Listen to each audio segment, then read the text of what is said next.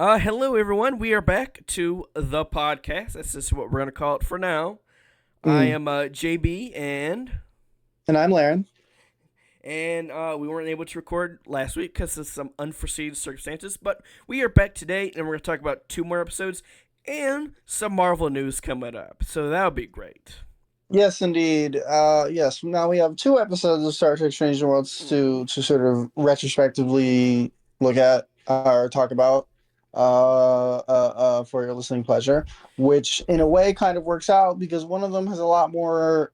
Both were good, both were enjoyable, but one of them has a lot more going on Of content course, wise than the yes, other. yes, of course. So I guess we'll start with the first one. The Which I feel first, like I've the already seen first, some mixed opinions on. Human Best Friend, which is yeah, the comedy episode of this season, essentially. yes, it is the the third episode this season, Hmm. and it is a very interesting episode. It's a very comedic episode. In this I agree. episode, the crew take shore leave on this planet, this vacation like planet, and they end up getting dosed with what is basically LSD. Yeah, it's some kind of planetary radiation that just makes everyone kind of high slash drunk. So I guess so they have a better time. It's a little weird. I don't know. I don't trust any of these vacation like other unless it's like Ryza, which is like normal. I don't trust any of these vacation planets in Star Trek. They're always fucking weird. Not that I mean, anything granted, ever normal happens in a vacation episode in Star Trek. I know. I mean, even on Ryza, you might have to deal with Republicans or bounty hunters after temporal artifacts, but like other than that, it's pretty normal.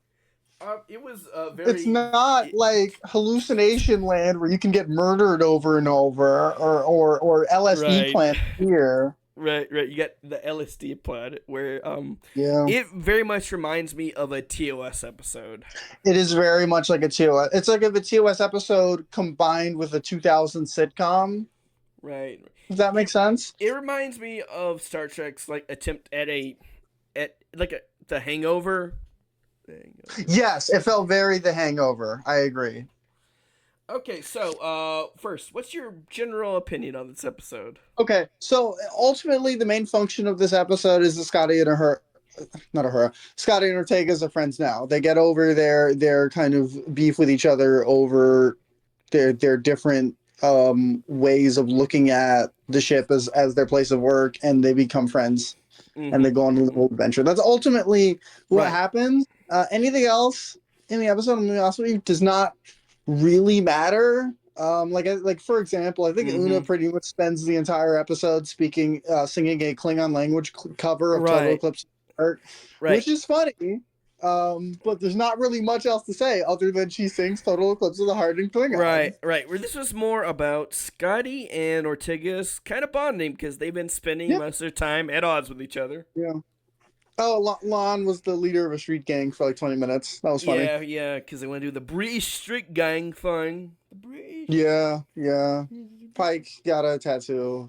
Yeah, It, it's not Pike was probably like the least involved in this episode. probably. I think the only other character who really does anything kind of is Spock because they reach out to him to help with some problem solving and he thinks he's hallucinating Kirk for most of the episode until it turns out to be the real Kirk who happens to also go on vacation at the same time. What? Which And uh Kirk? Well, like, aren't you supposed to be on another ship right now? Why are you always on this ship? Because he appears on the ship later. he wants Like, to see his boyfriend. Like oh yeah, and if you notice, Spock has the chest hair now.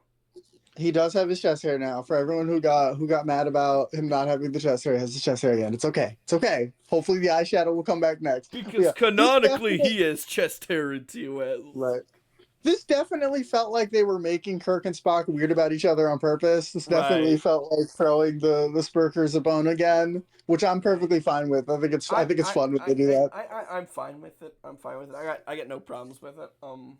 Yeah, I it's not my favorite ship in the world, and I think the fandom can kind of let it like right. overshadow literally everything else sometimes. But it's still fun. That's what I would say about this episode. It is inconsequential, but it Yeah, is fun. yeah, it's Because fun. No one Yeah. Mm-hmm.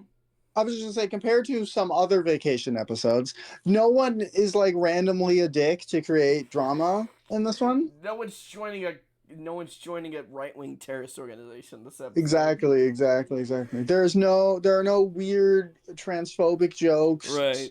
when two of the characters get mugged. There are a lot less Alice in Wonderland references. Right. I The expect captain is not, there are a few, but I expected there to be more. Honestly. yeah, the captain is not fantasizing about beating up his college bully who wears a sparkly, stupid silver shirt.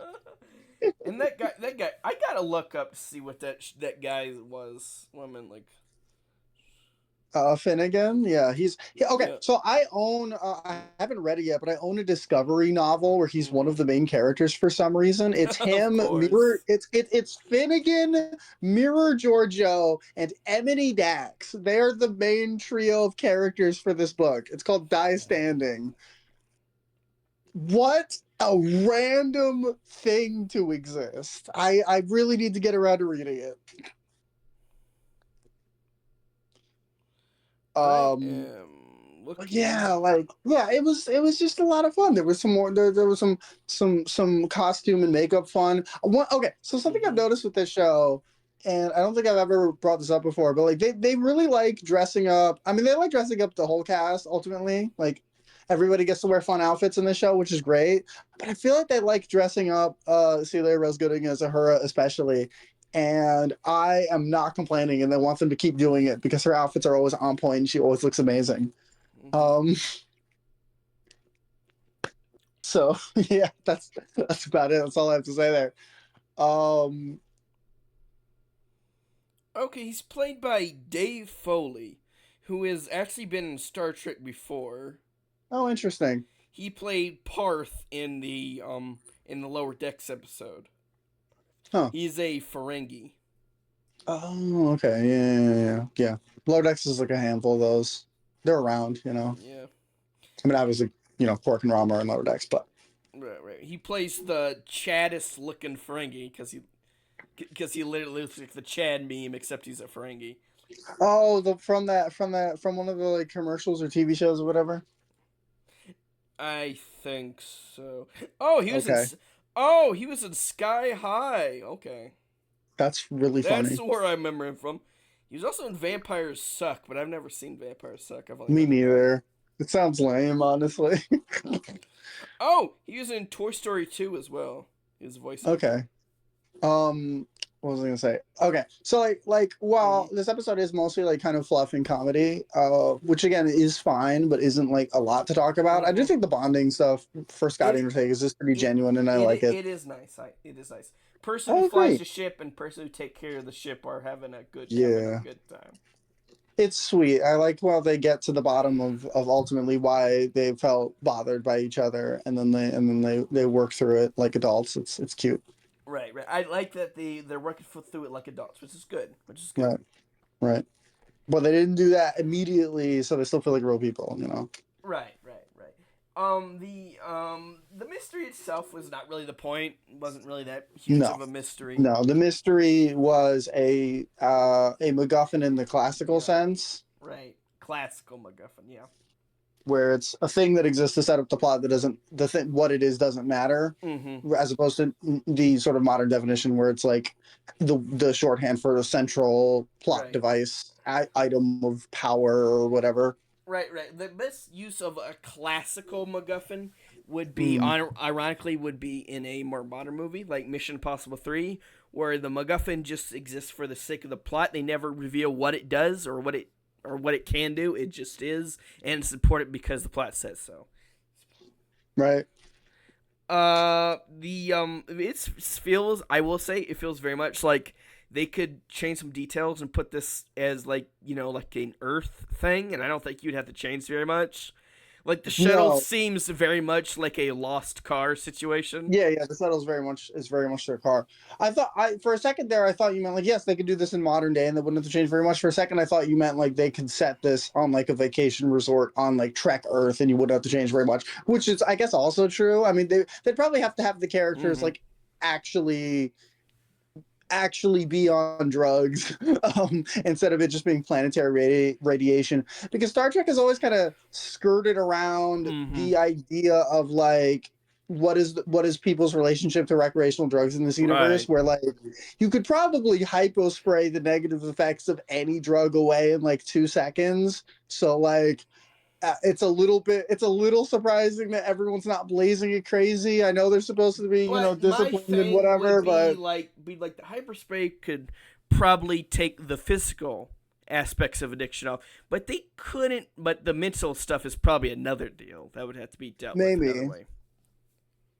Unless it, yeah, outside of like clearing the chemicals out of your brain or however the fuck that works. I don't know medical things very well. I admit, like if I was a medic in a Star Trek show, like I would be lost to do anything beyond like waving a thermal generator over it.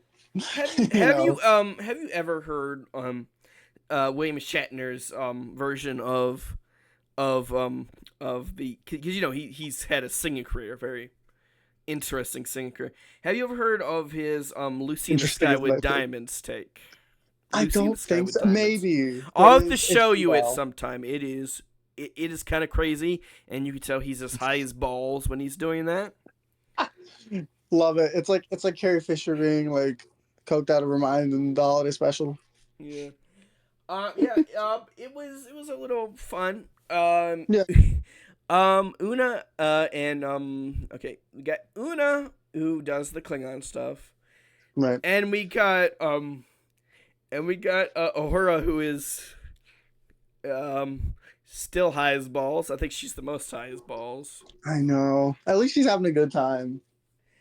Then you got Pike who's just getting a tattoo and acting a little weird. Yeah, he's being very silly. It's kind of fun. I will say, after seeing Anson Mount's extremely low energy for last season, it is good seeing him trying again. absolutely. I also think it's always fun whenever like the more serious characters in a Star Trek show get to be a little silly. Right. Usually I prefer it a little bit more naturalistic than the characters like actively being like drunk or high. Although sometimes I'm okay with it. Like there's this bit very early in Discovery season 3 where Burnham gets like pulled over by some cops and she's also like high off her ass and it's really fucking funny. um but usually I tend to prefer like the more naturalistic sort of ways. Like in DS9 there's a lot of like fun little moments where for as badass as they Mm-hmm. can be, Cisco and Kira are kind of goofy, and I and Yeah. I I love that kind of thing. It adds a lot of life to a cast, and I think this episode does a pretty good job of adding a little bit of that, especially for Hey, characters like hey, hey, Pike who hey. who rarely break type.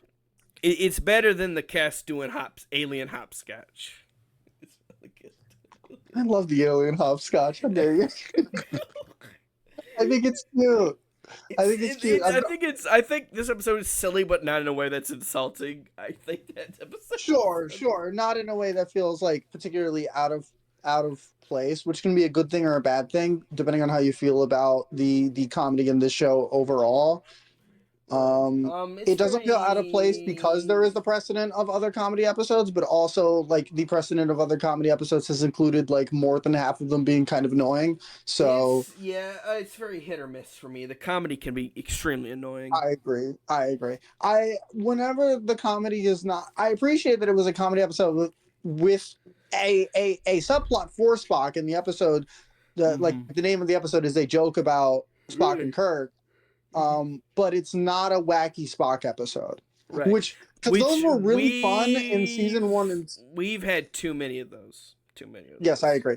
I think the wacky Spock episodes were really fun in season 1 and 2. And then after that, it really overstayed its welcome and got really fucking annoying. Oh, and you know what? Still, no Corby mentioned. No mention of No, no Corby. bullshit. Another thing I like is I actually really like the way that Spock and La'an's romance has been written in this season, where neither of them is defined by it, and you can get through like certain whole episodes without remembering that they're dating. Right, right. That's good. That's good. I like that. I think that's honestly Because I think when a Star lot Trek does better than they've done romance, it previously. just beats you over the head with it. especially especially with this show. Worf and Jadzia did that so fucking Worf and much. Jadzia also had a lot of that problem, but this show especially. That Mm-hmm. you like if you want if you want my thing is if you want the love interest characters to become sort of like inseparable, you have to do it in like a very particular way where they complement each other and sort of Right. blend into each other in a way that feels very natural. And it's Right. really hard to make that feel natural Right. for a prequel version of Spock Right. who we know is You going to know. be single. Yeah. He Spock Um, is very much single all of his life. right. This is a ultimately brief period of him doing a lot of dating within the overall story of his character. Right. Which I know some people just like don't like on principle because they feel like the show is like kind of like quote unquote making him straight, not really playing up his like subtextually queer elements as much. And I get that to an extent, Mm-hmm. but I'm not that bothered by it anymore now that we're past it being the main focus. It is annoying when it's the main focus, and it does make like watching the latter half of season two and season three Mm-hmm. very annoying at times. Um, but this season has not really annoyed me in that way. An overall thing I've noticed with the season also is that they tend to use the previously ons to just tell you whose episode it's going to be ahead of time, which is a little bit, I guess, a little bit on the nose, but I think it's fine. I It's don't mind it that much. also can be a little bit misleading. It can be misleading because every single time there's a previously on like that's trying to catch us up on Lon's character, it feels like oh no, the episode it's going to be about her Yeah. fucking genetic shit again, Yeah, yeah. and then We'll when we'll touch more in the next episode because it does touch right, on right. that more. Right. And then when it's not about her genetic shit, or at least not about it a lot, that's relieving because I don't want it to, because I hate when the show talks about genetics. But it's also like, then why did you make me think that was going to be the thing? You know? Um, uh, yeah. I'm trying to think, is there anything else to really say about this episode? It's a very Oh, light episode. Oh, what else do you it have to is. say? It is. Oh, Mbanga as a bartender was fun. I Oh enjoyed yeah, that. yeah, yeah, yeah. I like We'll get we'll I like the trope of character who would not normally be a bartender, hops behind a bar and is really good at it out of nowhere. I think that's always fun.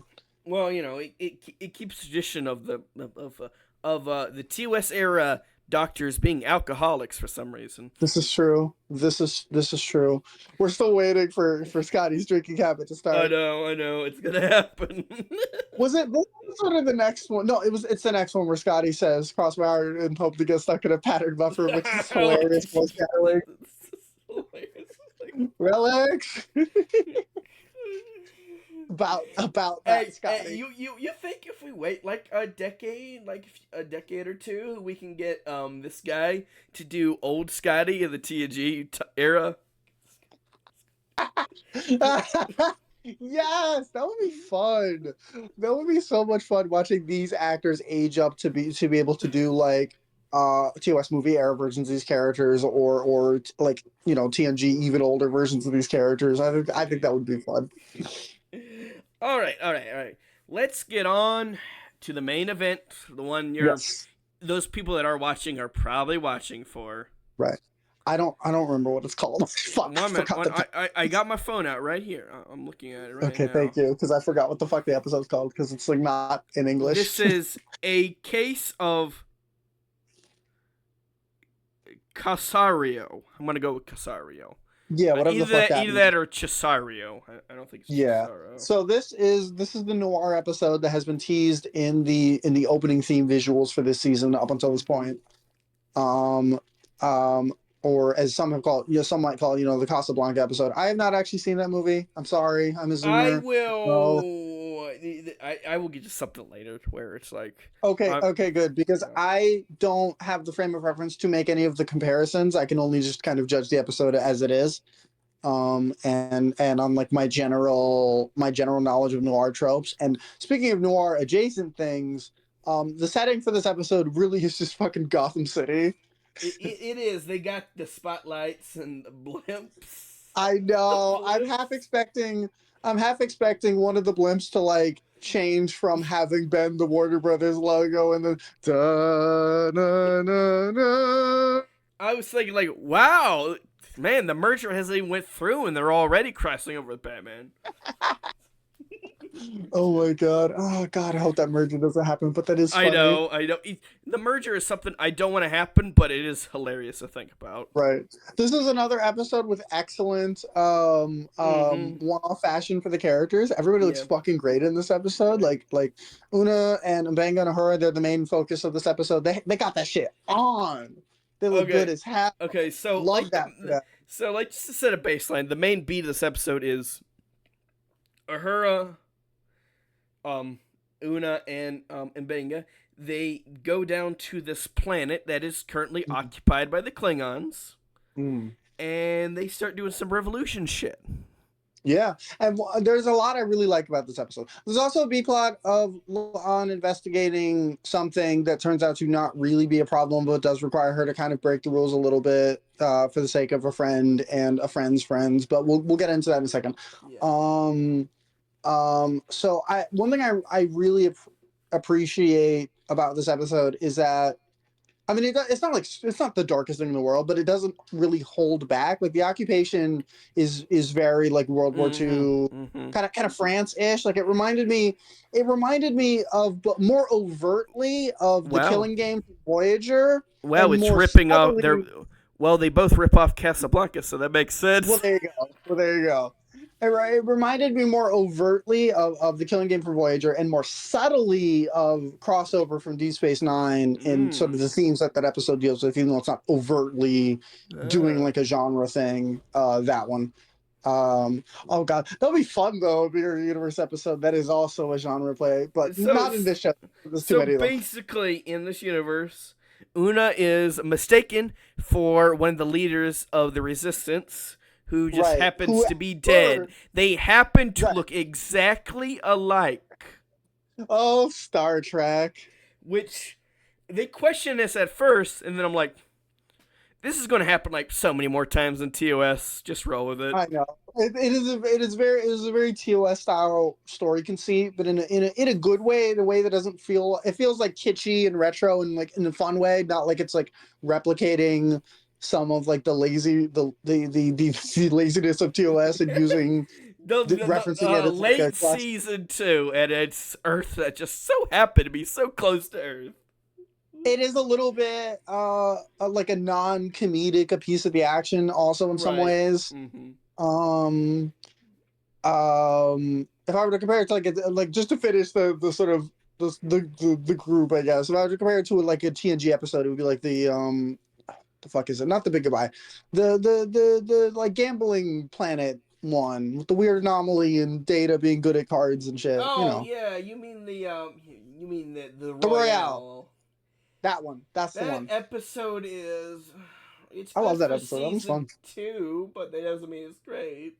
Good for Ah, season 2. fair enough. It's not like an all timer, but I think it's fun. Well, I But think anyway. I think it's telling that the book is so bad that the astronaut got bored with living in the book. Okay. So what I was, the reason I was going back to what I was saying earlier. Sorry. The reason I like that the episode doesn't hold back with you sort of like likening it to a very Nazi-like occupation is because I think Star Trek kind of has a problem sometimes where well, Star Trek has two problems. Star Trek wants to be anti-imperialist in a lot of ways, and it often is. But one, it will stop short of criticizing ways in which the Federation can be imperialist a lot of the time. Sometimes it'll go there, but usually not. You know, usually they want the quote unquote good guy nation state to be good. And two, it'll kind of stop short of seriously interrogating or deconstructing the imperialism of the Klingons because they're like one of Mm-hmm. the they're one of the most popular aliens that like people Because they like will them. deconstruct the imperialism of the Romulans or the Right. imperialism of the Cardassians, but never the Klingons. They don't like doing that. No, they don't want to. They don't want to really go there and seriously interrogate that. Even Deep Space Nine kind of stops short of it. Like Deep Space Nine gets very close to making some scathing critiques of the way the Klingon Empire is set up, especially with Ezri's speech. And then Worf just puts a guy that he likes in charge, and I guess that fixes it. Mm-hmm. You know, Because, Worf, you didn't really fix any of Ezra's legitimate criticisms. no, you just got rid of the crazy man in the immediate and put Yeah. in a guy who's not crazy but who, through the way the system works, could get overthrown by another crazy guy if the crazy guy is better at him in a fight at pretty much any And time, which is exactly what happens in Star Trek Online, but they don't really go into it because it's not that kind of game. And what I like about these Klingons, they may look like TOS Klingons, I mean TNG Klingons, but they are very much TOS Klingons in temperament. Yes, they're very much written like TOS films. They're very serious occupiers. They're not like kind of goofy. They're not like yelly. They're not like slapping each other on the back real hard and laughing real loud while drinking blood wine. There's nothing Yeah, like that softens. they don't even mention blood wine. The most of this episode takes place in a No, bar. no, Core mentions it once. He Oh, is like okay. a tonight is a night for blood wine kind of like villain speech. Oh, we haven't even got into the fact that Core is in this one. But we'll get that in a second. Get that in a second. Okay. Yeah. We'll start with like the Yeah. overall stuff. Like the episode, it very much reminds me also of Discovery, particularly the first season, where they were really not uh they really didn't shy away from the fact that the Klingons are the bad guys at this point in time, Mm-hmm. even though they're so well liked by the fandom. Like they really do feel like fascists in this episode. It's not like, for instance, the episode of that one episode of Enterprise where they're just kind of like bully like local gang Right. guys. The Klingons in the Enterprise does this thing where all the Klingon oppressors just happen to be isolated raiders who do have no connection to the government. Okay, sure. Right, because we want we want Earth to be relatively chill with the High Council at this point in time because of the pilot. Um, but like relations have to break down until to the point that we see in TOS at some point. So it's a little anyway.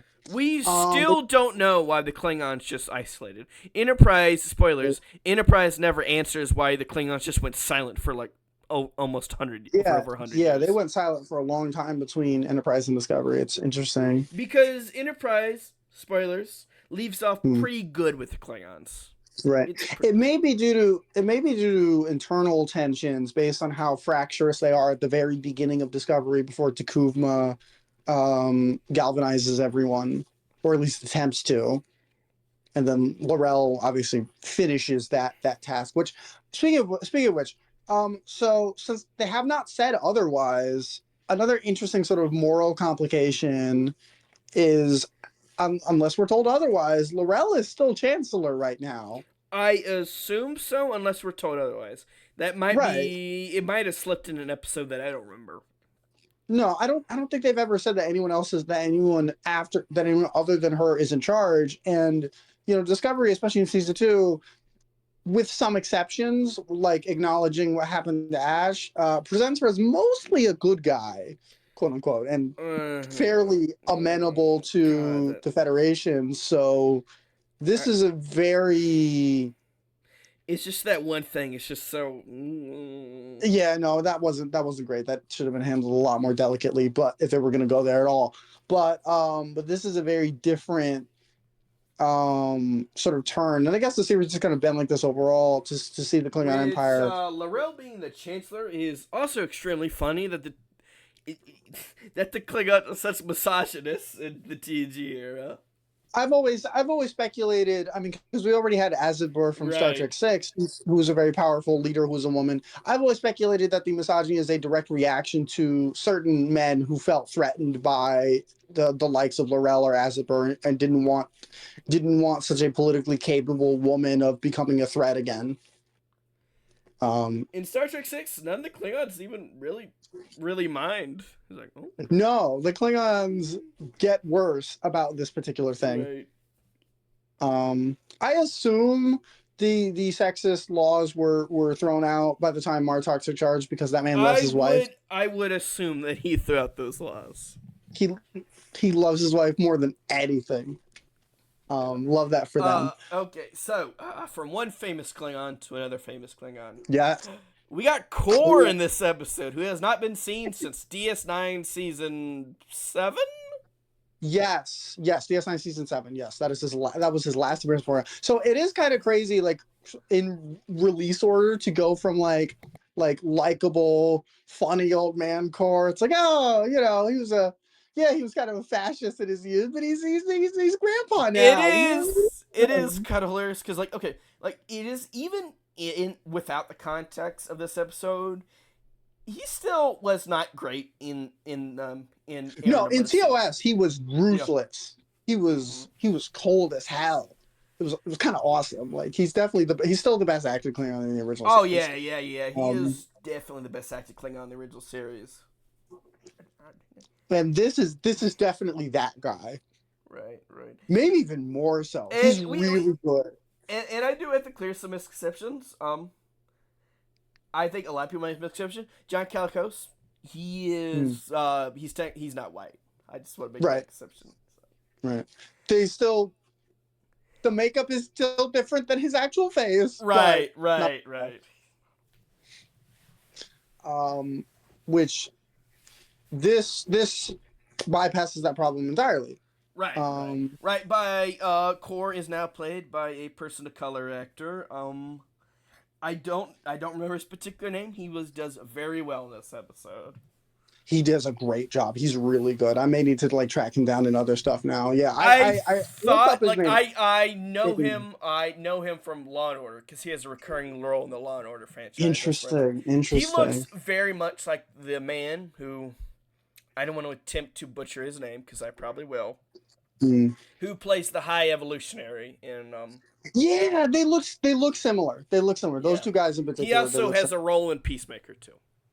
Oh, okay, that's fun. That's fun. So I was sort of a little off guard by that similarity, but it is not the same guy. Yeah, yeah. Um, yeah, he's really really good in this Mm-hmm. episode. He's very cold and cunning and brutal and like he very much sells himself as Mm-hmm. a threat. I think the fact that it is a Klingon character that we know before, that we know from previous series, that we know is someone who is capable from what we've seen of him in Errand of Mercy, and from what we've seen his even into his old age, his physical fighting capabilities in DS9, particularly in Blood Oath. Like it sort of adds an extra layer to this guy is a threat. Mm-hmm. They need to be careful. Than if this was like a new episode, like one-off Klingon commander, who would have a little bit less gravitas to them. And it's very Only a little, interesting granted, if they because I would say and Uhura had the most interaction with him. mm, because the resistance leader that Una is mistaken for is also in deep cover as the sort of main collaborator Mm-hmm. with Mm-hmm. with the Klingon occupation, which is the role that Una steps into first before she figures out that the person that she's impersonating is a resistance leader. Um, so it's there's sort of like this double layer of it of having to play along into two roles. Um, Mm-hmm. and risking getting found out at all times. And Uhura is even captured at one point and Mm-hmm. interrogated under some kind of like lie detector Well, device. it's obviously not the same one from Aaron of Mercy because that's the Mind Melter device. Yeah, it's not the mind sifter. It's not as scary as that. It's Yeah. not going to rip her psyche out or anything like that. It's a lot more simpler. It's a lot similar to a sort of more blunt version of the Federation hand Light. on the Yeah, yeah, circle lie yeah. detector devices Mhm. in TOS era Yeah. courtroom episodes. It's interesting that they only use that in TOS. Yeah, Maybe they it was have proven those. to be on. Maybe it was proven to not be 100% correct later on, so they stopped using Maybe, those. or maybe it was one of those things where like maybe it's less of an in-universe thing and more it was one of those things where people thought it was a little bit too invasive in Mm, Orwellian, like the weird rehabilitation machines in right, TOS. It was right. something that was thrown out for thematic reasons. But yeah, the actor who plays Core, he's great. Hmm. He's Canadian for those Canadian people out Oh there. yeah, another Canadian actor in Trek in a big role. We have Shatner, Duhan, DeBoer, probably others, but those are the three I always think of. Yeah, I think Oh my to this day, I god. think Addington is the only canon Canadian. I'm just gonna look up his name. Hold on. Let me get his name in Alright, here. Let me alright. get his name in the podcast. I'm gonna look it up. I think, as far as characters goes, Eddington is the only canon Canadian person. Yeah, there's not a lot of in universe Canadians, which is a little bit weird. Another weird thing is, they say when Mbanga is telling her about Kor, they say that he is a direct descendant of Kale, Which what? which is which is something that no one has ever said in No, any episode you before. Is like, what think is they would have brought it up in the Sword of Kalis episode? no? You You would know, really think that they yeah. would bring that up. That's a little bit You think Cora would be like, well, since Kalis is since I'm descended from Kalis, I obviously deserve this. okay. Demore Barnes is his Okay, name. good. The actor Yeah. who plays Core in this episode, who is Good. really fucking good. Kind of hope Kudos we to get to see him him. again. I hope we get to see him again at some point. Hope he's not a one-off. I would love that. I would love a little bit I more. would The only like like the to only see him in a non-black and white filter. right, and if you think about it, the only like continuity thing that they'd have to maintain with Aaron DeMercy is that he can't meet Kirk and Spock too early. Right, right. That'd be a problem. Yeah. So everybody Which, else is which open. have you noticed that Uhura is never meets him in Air to Mercy? What a loophole we got here. No, but she does here. And she's not directly involved with the mission, so it Yeah, makes sense that she wouldn't be available to bring it yeah, up. yeah. Um, Actually, that's another episode of the Enterprise crew, different Enterprise crew at that point, mostly, but like surreptitiously aiding in local resistance, or at least trying to, in order to prevent the Klingon occupation. So there are definitely some sort of direct shades of Errand of Right, Mercy in. right, This right, might have right, been. right. And it's the same kind of colonizer mindset because Mm, because you got to remember but we're the gonna get into that. Klingons were originally not conceived as the warrior race. They were conceived Right. as the other power, the other Right. imperialist power. They were the Soviets essentially, Right. They were which conceived, obviously and leads into. Aaron and Mercy. The Mm, whole point was that both the Soviets and the United States were not behaving well during the Cold War when it comes to right. imperialism. Right. They were not right because despite being because despite being the first, TOS is not the mold of Star Trek as much as TNG is, and Mm-hmm. one of the ways that it is like that is that it is allowed to be a little bit more flawed than the sort of post TNG Federation usually is. Right, right, right, right. Um, Yeah, like very much. The late great. You got the late great great Gene Kuhn, the guy who gets very much uncredited mm, for basically mm, founding much of Star Trek. Created right, the Klingons to very much be like another imperialistic power. right. The warrior culture thing wasn't really a thing until the TOS movies and TNG. Mostly Star Trek 3 introduced it with Cruise, and then it was solidified in TNG and sort of taken to its most recognizable form. Um, and then it was given like a little bit more depth in DS9, but was still mostly kept within that mold. Because I Um, think Gene Kuhn is mentioned in the credits for this episode because it oh, is nice. a character that he created for Star Trek. Right. You wrote a nice little essay about Mm-hmm. Gene Coon. Right. If Maybe, if you're a Star Trek fan and you never heard of him, go read up on him right now. He's a very important person to Star Trek. absolutely, absolutely. But yeah, which okay. Speaking of the colonialism angle, this was something that very much surprised me for them to make a point about. It's not a big point, but for them to make a point about it at all in this particular era of Star Trek, especially this sort of the early Kurtzman era was willing to be a bit more critical of the Federation as an institution, Mm-hmm. especially Mm-hmm. season the first seasons Right. of Discovery and Picard, respectively. But the later Kurtzman era got a lot softer on the Mm-hmm. Federation, sort of backed away from Mm-hmm. asking some of those big questions. I know that was a problem that I Right. had with the finale of season 1 of Starfleet Academy, is that it kind of backs away from um, interrogating some of these things about the Federation, from critiquing it as thoroughly as it kind of presented itself like it would at the start of the season, which I had a problem with. But this episode does have Una directly compare Mm-hmm. the Klingon occupation of this planet to how it was when the Federation came to her Illyrian colony world that she Mm-hmm. was living on. which is pretty damn scathing, Right. especially for the same show that in season 3 basically made a propaganda film for Starfleet, even though Starfleet's not Right. real at the Right. episode.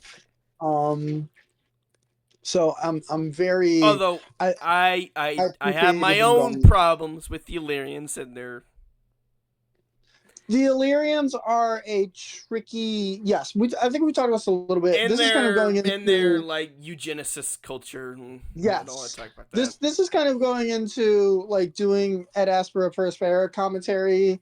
Um, even though obviously we're much past season 2, I guess we could always go back and do podcast episodes about older Star Trek at some point. But like, um, We might. If there's uh, episodes we really like, heck, I have the idea about yeah. kicking. We might do a Far Beyond the Stars one in February. Ooh, that'll be a great one. Yeah. Yeah.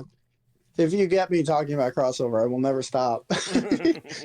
um, You're the Mirror no, Universe expert. I am. I am. Thank you. But yeah, yeah, the Illyrians are sort of a difficult choice to make this analog to a marginalized group of people, to a colonized group of people, Mm-hmm. to people who are discriminated against for something different about them, because they do actively practice eugenics. They are Mm-hmm. not people who had genetic engineering done to them like the Mm-hmm. Enterprise augments or like Bashir in DS9. And they're They not the, and you'll come to see that. Then they're not the Denoblians from Enterprise, who are very much like, yeah, genetic engineering is a thing, but they don't like the Denoblians. Don't make it like their whole deal. Genetic engineering. not defined by it. Yeah. These guys are okay. Actually, let me give a good example of I'm gonna use a comparison to Marvel Comics.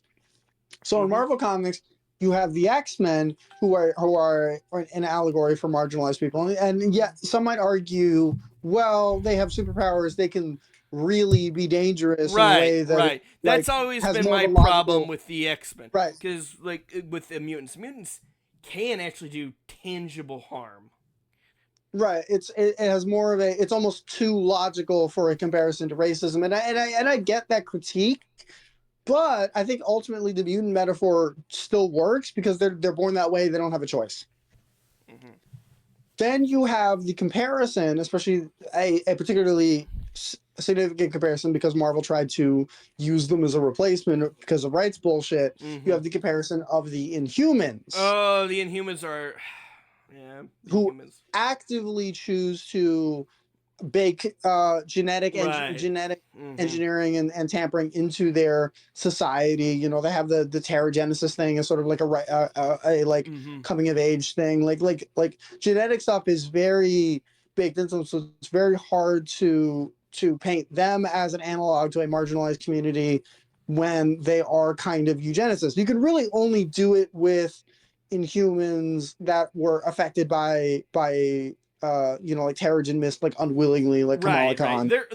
Um, There are some unwilling Inhumans, right, but the but like majority of them are part of like the elite, so to speak, in the right, humans. the Black Bolt and Medusa and them are literally fucking royals. Like you can't Right. really position them in the Mm-hmm. same way you would position like Cyclops and Jean Grey or Oh, whatever. speaking of Black Bolt, Anson Mount. It's about yeah. So the thing I was getting to is the Illyrians, as this metaphor, do while I am overall sympathetic to them, they do have that problem where they have actively chosen to engage in this kind of eugenicist Mm-hmm. stuff versus people like Bashir or again like the Augments and Enterprise, where even Khan, where it was done, where who are more like mutants, where it was where Right, I right. mean Well, they weren't born Khan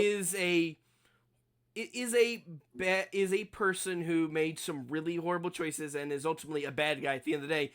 At least he originally was created as an experiment. He didn't have a choice. right. He did not have even Khan did not have a choice. He was thoroughly indoctrinated into that line of thinking from birth, and the implication has always been that as terrible as they were, all the other augment tyrants were victims in that way as Right. well.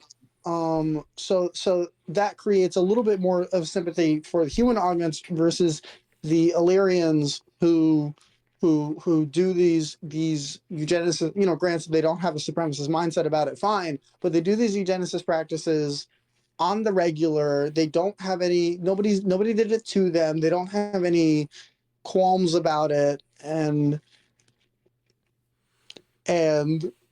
their response is essentially like I'm trying to remember like what the defense attorney said in the courtroom episode of season 2. It's like we Oh, yeah, understand that it is. humanity. They have eugenics as cultural heritage, which. Yeah, it's really weird. It's like we understand that humanity went through this cultural trauma, but we have this is how we are, and it's like it's not the easiest position to defend because ultimately eugenics is diametrically opposed Right, to right, marginalized people, right, um, right. to minority groups because it is often wielded, not Mm-hmm. often, always in real life. It is Right. always wielded by supremacists, wielded by people who want to create It's a master race or whatever. it's only in fiction where eugenics are a no racial Yes, thing. yes. It's only in fiction where you have like an ethnically diverse group of people who are the product of eugenics, like Khan and his followers, or the Illyrians. Especially in the Um, Ido drama, they emphasize it more in the Ido drama. By the way, right. you should listen to the Ido drama. It's great. Yes, yeah. Star Trek Khan is really good, actually. Absolutely. So Uh, let's so back to the episode. Uh, you notice Core has hmm. forehead ridges. He does have forehead ridges, yes. Oops. So, which he also does in DS9, and so the implication kind of there for me is that okay, maybe we're supposed to just kind of retcon, like 'cause Enterprise explains why the Yeah. smooth forehead exist, but before that it was just a retcon and it didn't matter other than when Worf made a joke about it one time. Right. Right. Well, I mean, you know, it wasn't a joke in universe, but Right. like Right. for the Right. audience, it was a joke. Mm-hmm. So the only conclusion I can really draw at this point is that even though they've explained it, I think Core specifically, and maybe Kang as well, given his appearance in flashback from Voyager, has just been retconned, and we're Mm-hmm. just supposed to pretend that him with as what we would know from Enterprise as an augment virus sufferer, I guess, didn't happen. Either that or he somehow contracted the virus between now and TOS. Okay, so I this either means that he never got the virus or that he Right. contracted it between the time of Strange New Worlds and TOS. Right, which it would be. It would surprise me if it was still spreading. Like I thought, I was assuming like the TOS Klingons having symptoms of the augment virus, which is kind of a like a hereditary leftover from when it was a thing. Right, right. So So I have no idea. they just may be saying that he had registered the whole time. Yeah, yeah, I think so. One thing that's Which would probably mean that that episode of Enterprise is just a big waste of time. right. Going back to what we were talking about earlier, Mm-hmm. while which I kind of always thought Mm-hmm. it was a little bit of a waste of time, but anyway, um, it's just we didn't need to explain it. But anyway, going back to what I was talking about earlier, while the Illyrians are are an imperfect analog to like real marginalized groups, I did appreciate finding out the sort of soft imperialism of the Federation, Mm-hmm. Mm-hmm. and Yeah. how that can manifest sometimes in the comparison that Una makes to how people wanted to fight when the Federation showed up because they did see them as Right. occupiers. And as we know from the courtroom episode, you know, she did have to deal with um bullying because people who were raised to hate the augments of the eugenics wars and saw the Illyrians as the same thing, which while the Illyrians have their problems, they are not the same thing, Right. Right. Oh. obviously. Oh. Yeah. Yeah. And Um, let's Oh, her in this episode. yeah, love her. Her standoff with Core was very interesting. Yeah, I really like the way that she resists the interrogation. I think it's a really good, really tense scene. Right, and it seems like Mbega gave her some pointers about how to make aliases and stuff, which Yes, I liked Omega giving her some undercover pointers. I like their friendship in general. Their sort of mm-hmm. bonding. Mm-hmm. Star Trek unfortunately doesn't really let two black actors play off each other a Right, lot. right. It doesn't happen very often. It No, happens the only mostly in. It happens a lot. It happens often in DS9 with between Yeah, Cassidy and Cisco. right. You have Ben and Mm-hmm. Jake. Mm-hmm. You have Ben and Mm-hmm. Cassidy. Right. Ben and Mirror and Mirror Jennifer, and then Jake and Mirror Jennifer, and Mm-hmm. Jake and a couple of his like one-off girlfriends, like what's her name, Ketcha from It's Only a Paper Moon, Mm-hmm. stuff like that. And then in Discovery, you have Burnham and Landry's tension with each other in season one. Some interactions between Burnham and Awochikun here and there throughout the series, and then obviously Burnham and Book Mm-hmm. Mm-hmm. complicated romance Right. throughout the Right. last few seasons. So I really like the Uhura and Abanga stuff and the Uhura versus Core stuff. I thought that was really Mm-hmm. cool. The performances are were really good. This was definitely an episode with the actors like really locking in on a dramatic role where you can And really appreciate and like their capabilities.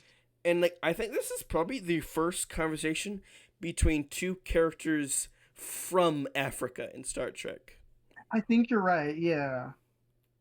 Yeah, it was there was also there was a little bit of like solidarity between them about that as well, and Mm-hmm. I really appreciated Right. that. Mm-hmm. I appreciate that being more actively weaved into her Mm-hmm. character in the show in general, Right. whereas in TOS It it was felt a given little in tokenizing. TOS. It was lip service and a little tokenizing.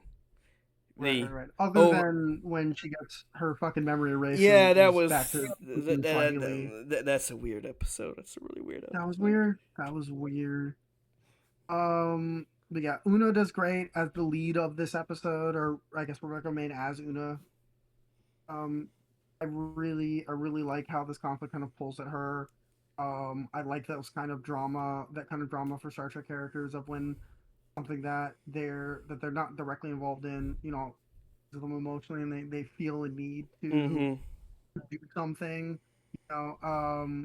Yeah. They feel Mbenga mostly plays support this episode. right. Which I think he does a good job of. Mm-hmm. And it does kind of draw in shades of what he went through in the Yeah. Klingon War. I don't- you remember his like little speech near the end? I was like, "What? You've killed more people? What?" Oh, that's right. Yeah. There was like a group of like loyalists to an overthrown dictator that were like occupying a hospital, and he just went in there and fucking murdered all of them. Which like kind of based, but also goddamn man, I know. It's like what?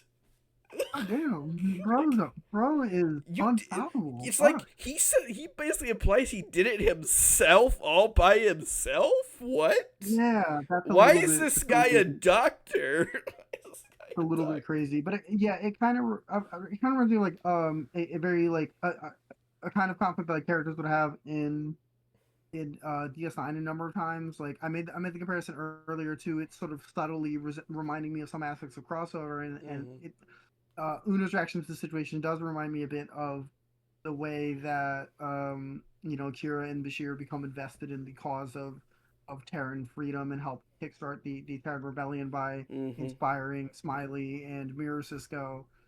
And then obviously the way Cisco becomes involved with the Terran Rebellion in the Right. later two in the next two Mirror episodes of DS9, there's a little bit of that kind of drama. Um, or, Right. And I have my doubt. I have my things about whether like interfering and causing a revolution yourself is that inherently colonialist in of itself, and I do not know. I don't have a firm answer yeah, on that. I think it's very depend. I think it's a very situational. This I think was I think they did. I think the main characters did the right thing in this episode. I think it was good for them to help fight the occupation, but it was also good that they did not stay around. They did not stick around. That they did not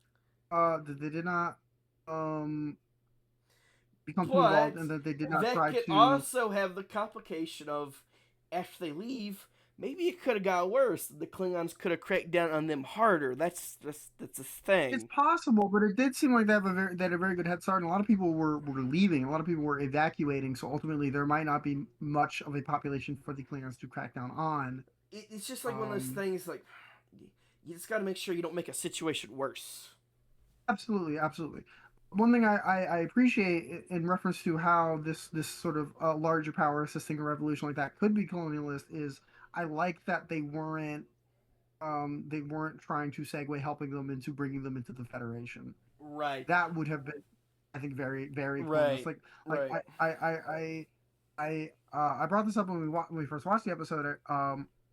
Hmm. A critique that I've seen of the way that forgive us, we're DS9 fans, we're going to make a lot of comparisons. Right. Right. A Right. critique I've seen of the way the Federation behaves in DS9 is that the way that they're aged to Bajor in rebuilding from the occupation after 50 fucking years of using the Prime Directive to justify doing nothing, um, is kind of Hmm. inherently manipulative in the way it is conditional on their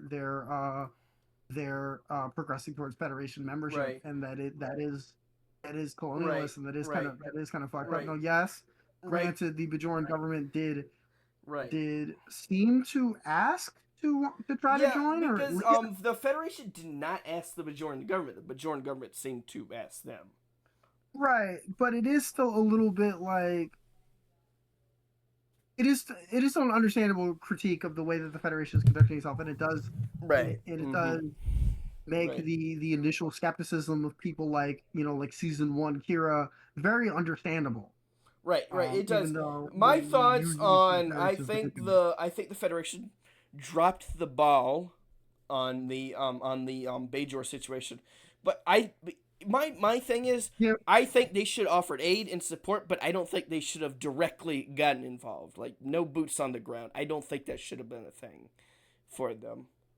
I think they should that's have fair. worked harder to press the Cardassians into leaving, but I don't think they Right, should have especially been directly involved right, with like troop right. support. Uh, right, especially after the Federation Cardassian War. And we may get to it at some point. We may watch The Wounded at some point.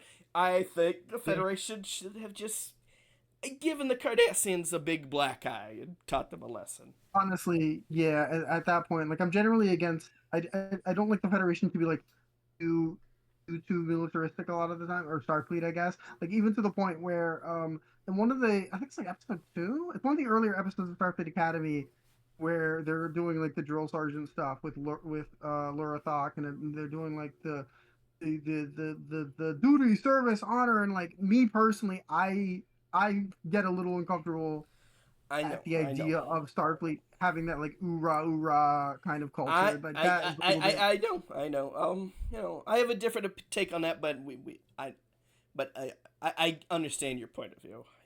Thank you. But with the Cardassian situation, yeah, I mean, if like that was a very costly war for the Cardassians and a series of border skirmishes for the Federation. They really could Hmm. have um press them harder and not get kind of strung along as much as much as they did, which is another reason why I personally think that at least broadly the Maquis were right. Um, um, Not necessarily Eddington as an individual, but still. Um, My problem with Maki has never been their point. We've talked about this privately. We may bring it up at some point in the future. My point is, I agree with Maki in principle. I just did not like their methods. Fair enough. Yeah, I think Anyways, my criticism of their methods is that I think there were several points of um taking a fight with Starfleet that they didn't need to start. right, right. Um, like Like, especially stuff like trying to steal the Defiant. I think Like that just points a target on your back to the point where Starfleet has right, to do exactly. something. I think the best way that for them to have interacted with um with Starfleet would have been for them to try to for both the Maquis and elements of Starfleet that were sympathetic to the Maquis to kind of stay out of each other's way as as much as possible. Like the way that Ro handled her defection in Preemptive Strike, where she doesn't hurt anyone, she doesn't steal anything more than the phaser that she was holding in her hand, but she does prevent the other Maquis from getting arrested. It's kind of a it's a very it is an anti Starfleet action, but it's a Because very in my bloodless one. opinion, I think even some of the more hardliners in Starfleet fundamentally agree with the Maquis. It's just when the Maquis starts Yes, affecting Starfleet business, then they have to do yes. something about it. Cisco himself understood their perspective Right, until he got right, so pissed at Eddington right, right. that it kind of clouded his judgment. To be honest, like I think in some Well, ways he I'm was gonna just be as eager honest. with Eddington, but The Maquis just were not on their best behavior that episode. no, I get that, but still, I was yeah no the I'm biogenic like, stuff yeah, was bad. that's just messed up. I thought you were supposed to be the big good guys here. Right. Reminded me of that bit with Rom and the Emperor's New Cloak. But anyway, All right, we're getting too um, much. We're getting too much off goal here. Too much off goal. yes. One thing I wanted to one like my detail that I wanted to point out in relation Mm-hmm. to the way the occupation is depicted is like they even do this thing where the collaborators wear these bedazzled Oh Klingon emblem yeah, armbands, which is yeah, very Nazi-esque. yeah, yeah. Um, Again, But my harder problem than is, mm, they could never. They even in this episode they couldn't go the whole way. They couldn't point out the mm. Klingons. Can also be douchebags too, because when Una is confronting the collaborator. She says, Oh, that's like, right. Yeah. Klingons have honor, you don't. Wait, what? This is the wrong episode to Yeah. bring up Klingon Yes. honor. This is right. I agree. This is like the Klingons talk about honor, but that's sort of like them sort of spreading their dogma whenever they do it. Like Right. when the Klingons themselves do it, it makes sense within their frameworks of how they're thinking about it. But it's not like they're trying to. It's not like they're trying to soften that. Like the episode's not trying to soften that they're the bad guys at that point. It's not like Right. okay. The one thing I found really weird in a way about so like the DS9 episode with Bashir and Jake, right, where they have to do like the triage during Right. the brief second Federation Klingon War, Right. where the one field medic is like, yeah, they kill people in their hospital beds. They think they're giving them an honorable death, and it's like this is maybe like this is a bit of an awkward time to display like understanding of their perspective. Like I get that the Federation is kind of about that, but like Because it's a Star it just plays Trek, a little and you weird. don't want to and you don't want to villainize the Klingons too much. People are gonna get mad. Right. It's a problem that Star Trek repeatedly runs into because people like them and they don't want. I think ultimately they don't want Star Trek fans to feel bad about cosplaying them and making replica batless and learning the language and doing all that.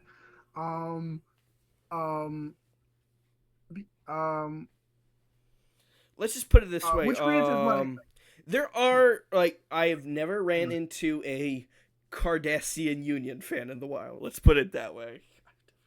no, the Cardassian and even like the Cardassian fans that you see even online, for the most part, are interested in like individual characters or Right. interested I in like the sort of- Cardassians, but not because I think they're Right. good, but because I think they're a well-developed species and culture. Right. I was gonna say like a lot of people's interest in their regime is interest in like studying it as a failed state. Like nobody's really like people don't really defend them, but people really like some aspects of the Klingon Honor Code as a positive thing, and some of those things can be positive, Right. but you also have to grapple with the fact that they are even more so than like the Romulans or the Borg in popular culture, like the premier Star Trek fascist conqueror bad guy Don't even alien. get me started on the Borg. The Borg are like, oh my gosh.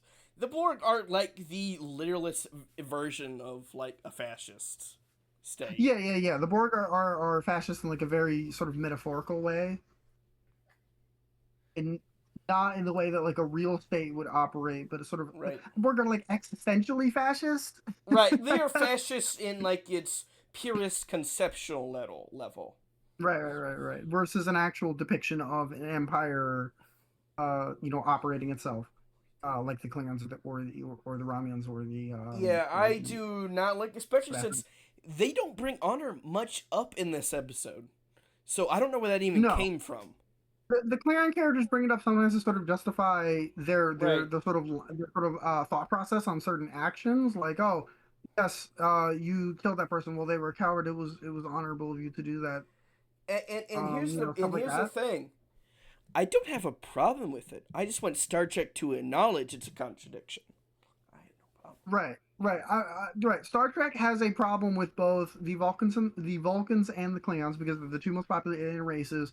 Where when they are supposed to be when their cultures are supposed to be contradictory and hypocritical on purpose, versus the writers not noticing it, is sometimes up in the air and unclear. In Enterprise, that happens a lot. Right. Enterprise does that with the Vulcans, and like most of Star Trek does that with the Klingons a lot.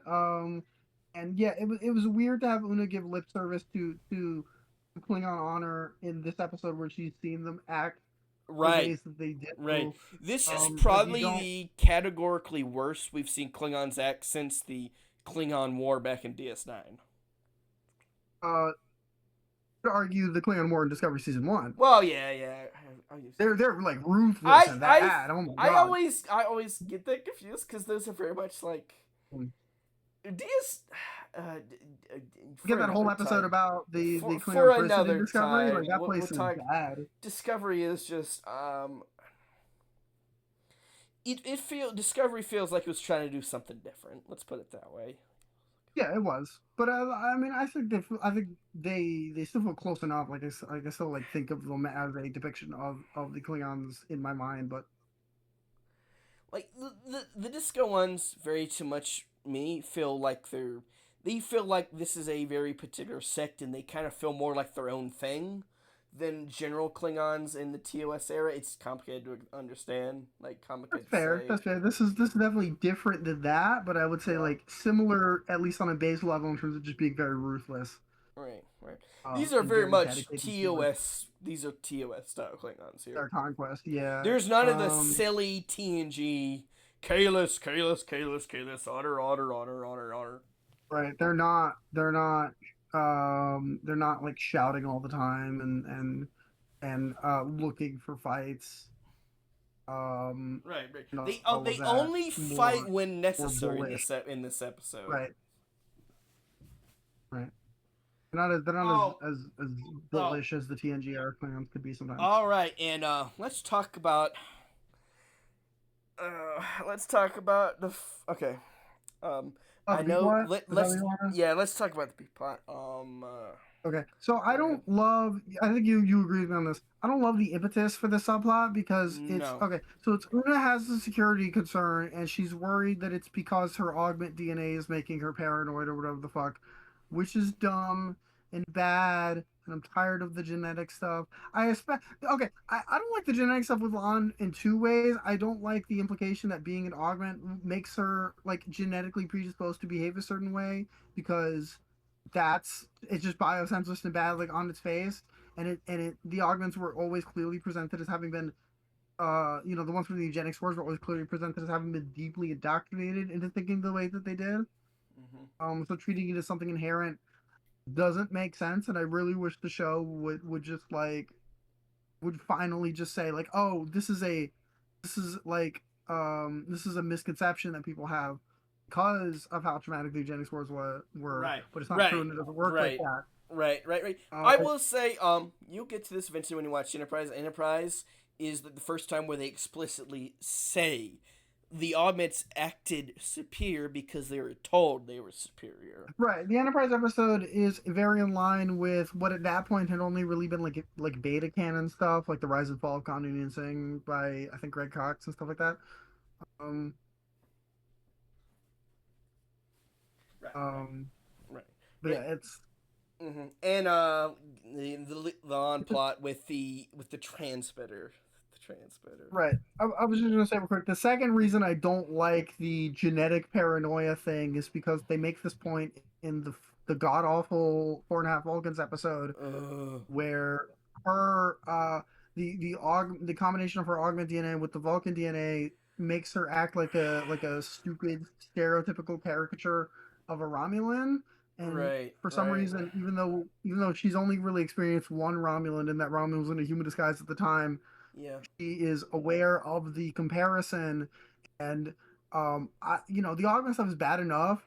Suggesting that Romulans are like genetically predisposed to be paranoid would be even worse. I Yeah. think Yeah. that would be really bad. Don't do that. Um, Oh, and they bring up because Four and a Half Vulcans in this episode. Right. I have someone. Yeah, yeah, they do. Because I have someone who's very close to me. Who's very into the Romans and has pointed out a lot of Mhm. the times that how the main characters make assumptions and then those are treated as like intrinsic traits of the Right. Romulans, and Mm. that's not great. Which is a Star Trek and a sci-fi problem that Right, right. I It's hope to stress. Yeah. the sci-fi species slanderization tropey Right. thing Right. really affects them in a very bad way, I think, across as much as the TNG Right. era, as much as TNG itself, let's still try to treat the Romulans with nuance. There is a lot of that, like Mm-hmm. hammering in that they're treacherous and deceitful and covert to the Right. point where it becomes these treated like these ontological traits, like they're a fucking fantasy race, and it's not a very nuanced way to depict them, and it's Yeah. not, and Uh-huh. a lot of beta canon tends to show itself as a lot more as Mm-hmm. a lot smarter than the shows Right. at Right. showing off Romulans as like fully dimensional Mm-hmm. people. And yeah, so this does remind of some of that with the way that Una's genetic Mm-hmm. paranoia thing, thankfully not real. The Mm-hmm. episode seems to ultimately conclude And is I sort of hope framed it as a problem. stays there. It's a worry I of agree. her, but it's not real. Hope they stay with Right, that. right. They're So gonna have to go somewhere with it though, because they bring it up in the right, first episode with her getting right, stronger and having better reflexes. right. Which I think is fine. Those things are genetic. That is actually how the augment thing works. So fine if she gets a little bit of superpowers, but the idea that it would change how she thinks is stupid and need them to get away from that. Right, right, and the Um, Mbanga saying with his full chest, "No, Jess, are you gonna take over the world universe now?" It right. wasn't a It joke. feels like a joke. It wasn't saying in a joking way. Right. But it should have been a joke. Right, It should have been. It should have been an attempt to disarm her anxiety. right. But anyway, I so the thought B that's plot what is it was at basically first, but you look at him; he's so right. serious when he says it. Right. So basically, the B plot is they recover a Starfleet probe. She and Spock analyzes it. She figures out that it's been tampered with. She starts investigating. The first thing that she finds is that Scotty and Uhura, not Scott. I keep saying Scotty and Uhura. Scotty and Ortega's modified a uh, may not have been the probe, but maybe it's something else on the ship. But like they had a plan to better track the Klingon ship despite interference, Mm-hmm. atmospheric interference that was making it hard for their sensors. And they did run it by Pike, but it didn't come to a point where they ever had to talk to Lon about it. So Lon didn't know about it, so they had to like Scotty comes clean Right, about it like pathetically right, fast, and Ortega's kind of makes fun of him for it a little bit because right, right, Scotty is right. It known to was be a little bit scared of Lon. right. It was a need to know basis, and she didn't need to know. Right, right, right. It was just kind of a funny little. It was just kind of a Mm-hmm. funny little bit, and then she finds out what really happened is that Chapel did it to help a crew of hers from a Starfleet medical ship that crossed like a political border to answer a distress call. You know, to bend the rules to help people. There were no serious larger Right, consequences, right, and she didn't want them to get in trouble. It was technically against the rules, and Lon ultimately makes the right, decision to not bring it up to Pike and to right. deflect by going, "Did you know that Scotty and Ortega's are friends now?" I'm gonna be Because honest. She could have meant to Pike, so and Pike wouldn't give it a shit. yeah, yes. Previous episodes have kind of taught us that she could have told Pike, and he would have swept it This under the is a rug anyway. guy who doesn't give a shit when somebody almost murders somebody else. He didn't right. He didn't report that he stabbed Kirk. Yeah. He didn't report that Mbanga killed a guy. Yeah. Um, I I I think you're good Yeah, I actually. think he's gonna let this go. There's something like the how wishy washy Pike is like that is a little bit weird. Yeah. But within like it is established now, so it does make it kind of funny Right. to like keep secrets from him. Um, but yeah, it's a decent subplot. It's fine. I think it goes a little bit ways towards disproving the idea that Hopefully. Lon's augment Hopefully. genetics are going to change how she thinks, and I hope the show will lean further and further in that direction. Hmm. And remember the fact that they had a character in season 2 say the words "genetics is not destiny" in that order. Um, despite maybe them go back not, to that. despite them not caring about that in season 3. It's Oh like, God, season three was so fucking bad.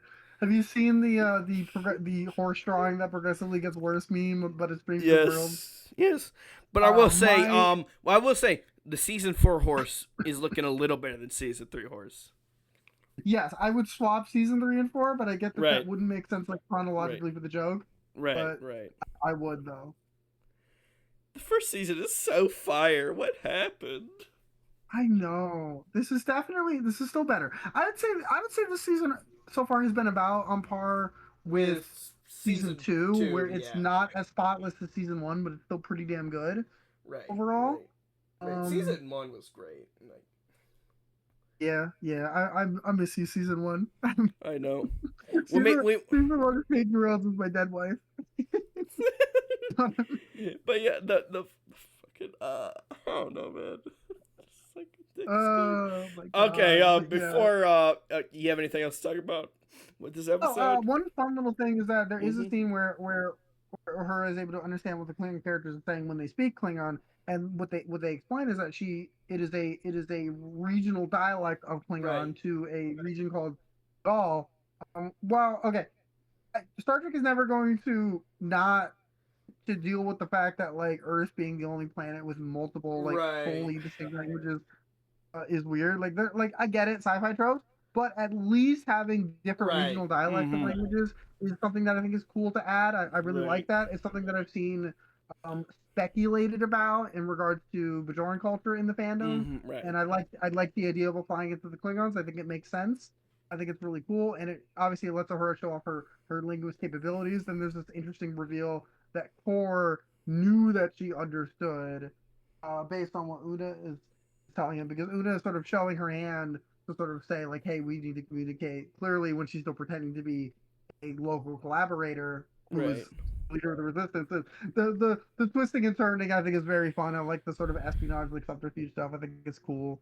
Right. Right. It Right. also allows the for himself, but like the Klingons in general to be depicted as a bit smarter than Right. Klingons are usually allowed to be in Star Trek. Right. Right. Um, Right. Right. like they're so granted. I think some people's like okay, this is a side tangent. I think some people's like speculation about Klingons like is a little bit worse about that than even the than even the shows Mm-hmm. themselves. The shows can slip into making them stupid and like it is Right. not the best. But I don't like when I don't like people whose headcanons that they must have stolen or reverse engineered like every piece of technology that they have because That whole stole warp from like the Remnants theory is a extremely old theory that is older than both me and you. It's a very old fan theory that has been disproven. right. I like that Discovery made the cloaking stuff their own invention, and I like that as Right. far as we know, other than maybe some debris from Herc vessels, Klingon warp technology was their own invention, and like I like that we're not making like I don't like when they make them too stupid, and this episode definitely does that. It definitely stands out that Core is not only the leader but the brains of the operation, and everyone else is a foot soldier. But Right. even then, they're sort of treated as like people with like a normal level of intelligence, and not Right. like Right. Right. They're not not messing around and picking fights for no reason. they're not fucking Kozak. The assigned, Right. he's always my go-to example of a Yeah. Klingon who's just fucking dumb as rocks. Dumb as Um, rocks. Dumb. or like the guys in the most of the characters in the fucking silly ass Klingon FMV game, which I played recently. The game is very fun, but kind of dumb. Everybody who's not Chang or Gorkon is a fucking Gorkon. Yeah, you know. Yeah, so I liked the sort of cunning that each of the characters got to display in the main Mm-hmm. plot. I thought that was all. Right. Right. Okay. Um, Okay. I thought that was all very well done. Okay. So, anything else you want to talk about? Because I'm about to bitch about something. I'm trying to think. Oh, it does. I okay. So it's well known that in Star Trek Six, Nichelle Nichols is not like the gag of Uhura needing like the big translation book and not knowing how to speak Klingon when the Enterprise A was trying to sneak Mm-hmm. in to get Kirk and McCoy out of Ur Penthe. She didn't like that because she thought Uhura it was undermining her character because Uhura would know that shit. So this kind of this along with the Kelvin timeline portrayal of Uhura goes some way towards sort of amending that with her being able to understand Klingon, and you can still have the bit in Star Trek 6 make sense because you can just say that the sort of Klingon like traffic control that they had to like deceive was someone speaking a different dialect or whatever. Right. Or heck, maybe a different language. You ever thought about that, Star Trek? Yeah. I mean, it would be funny to me on like a meta level if they ever made like the more technically correct Klingon pronunciations in the Kurtzman era and the more sort of phonetic Klingon pronunciations in the TNG era, like canonically different dialects. I think that would be funny. Right. Yeah, that'd be funny. Okay, now it's time for JB bitches about Star Trek stealing shit again. Um, this episode is in some parts a big ripoff of Casablanca. It's a very important movie, one of the best Mm. and most important movies of all time, and this is the third time Star Trek has ripped off Casablanca in some ways, Mhm. because like this movie obviously has the because in case you don't know, Casablanca is about French Morocco during Nazi occupation. And Yeah, there are the Klingon occupation in World War II. yeah. And there are collaborators with the Nazis who helped pass things along. The leader of the resistance, one leads the resistance, owns a bar. Owns a bar. Right. They have done this 3 times in Star Trek. Right. They did this You in made- DS9. They did this in The Killing Game. Right. What was the DS9 version of it? It's Profit and Loss. It is, if you've ever seen, I know you've seen Profit and Loss. It is a very Yes, big I'm thing. trying to Because the whole remember plot specifically of which Profit episode and it is. Loss is that this morally scrupulous bartender finds a past flame who is working for a resistance movement against the Nazis. Oh yes, the Tima Lang episode. Okay, I'm up to date. Yes. That is the plot of Casablanca. That is the plot of Cas. And there's this one policeman who is like not with the Nazis, but he does like at least try to maintain some order, aka Odo in that episode. Right.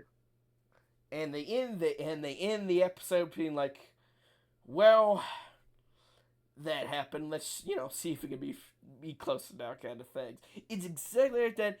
And this episode, it even repeats one of the lines. To be fair, it even repeats. To be fair to I just want to say real quick. To be fair to Voyager, with it being a holodeck simulation and it being played in a sort of not overtly comedic, but sort of pseudo comedic realist way, like you get what I'm saying. Like Voyager feels like it's like actively like riffing, not just like copying it. And like the Voyager episode feels more self-aware is what I'm trying to say. And as far as this episode, they make a reference to Casablanca early on. They knew what they were doing when Uhura's like, this one was also very self-aware. and Uhura's like, all the gin joints and yeah, we get it. You're ripping up Casablanca. I actually have to walk in the mine, And near like the ender of the episode, there's this very famous scene at Casablanca where the Nazis are singing the German national anthem, and then in the bar, some of the patrons start to sing and play the French national anthem on a piano to try to oppose them. And there's this one scene where the piano starts playing I guess it's like the anthem on this planet or like a popular song on this planet, and the people start and they start singing along and like, no, do not do this. We're not doing this scene. We're not doing this scene. You know what they could have done? And then Core just immediately shoots it down, and there's no reprise. Thank God. I did not want to see a rip off of that scene. Right. Yeah, they don't go all the way with doing it. If they really wanted to sort of challenge the fans a little bit, it could have had the Klingons sing that song that they sing in like TNG and DS9 on their ships when they're about to go into battle. Obviously I don't know Klingon, so I'm just gonna like kind of sound like the da da da da da, like that one. They could have Right. recontextualized Oh that in my this very like gosh. Nazi-ish vibe and kind Oh of my god. needled the fans' comfort zone a little bit. I feel it would have been interesting, but they didn't. And and It's like a different Klingon song, I think. mm. And Um, thus it ends my rant. Uh um Meaning to say, Star Trek needs to stop ripping off Casablanca. so that is fair.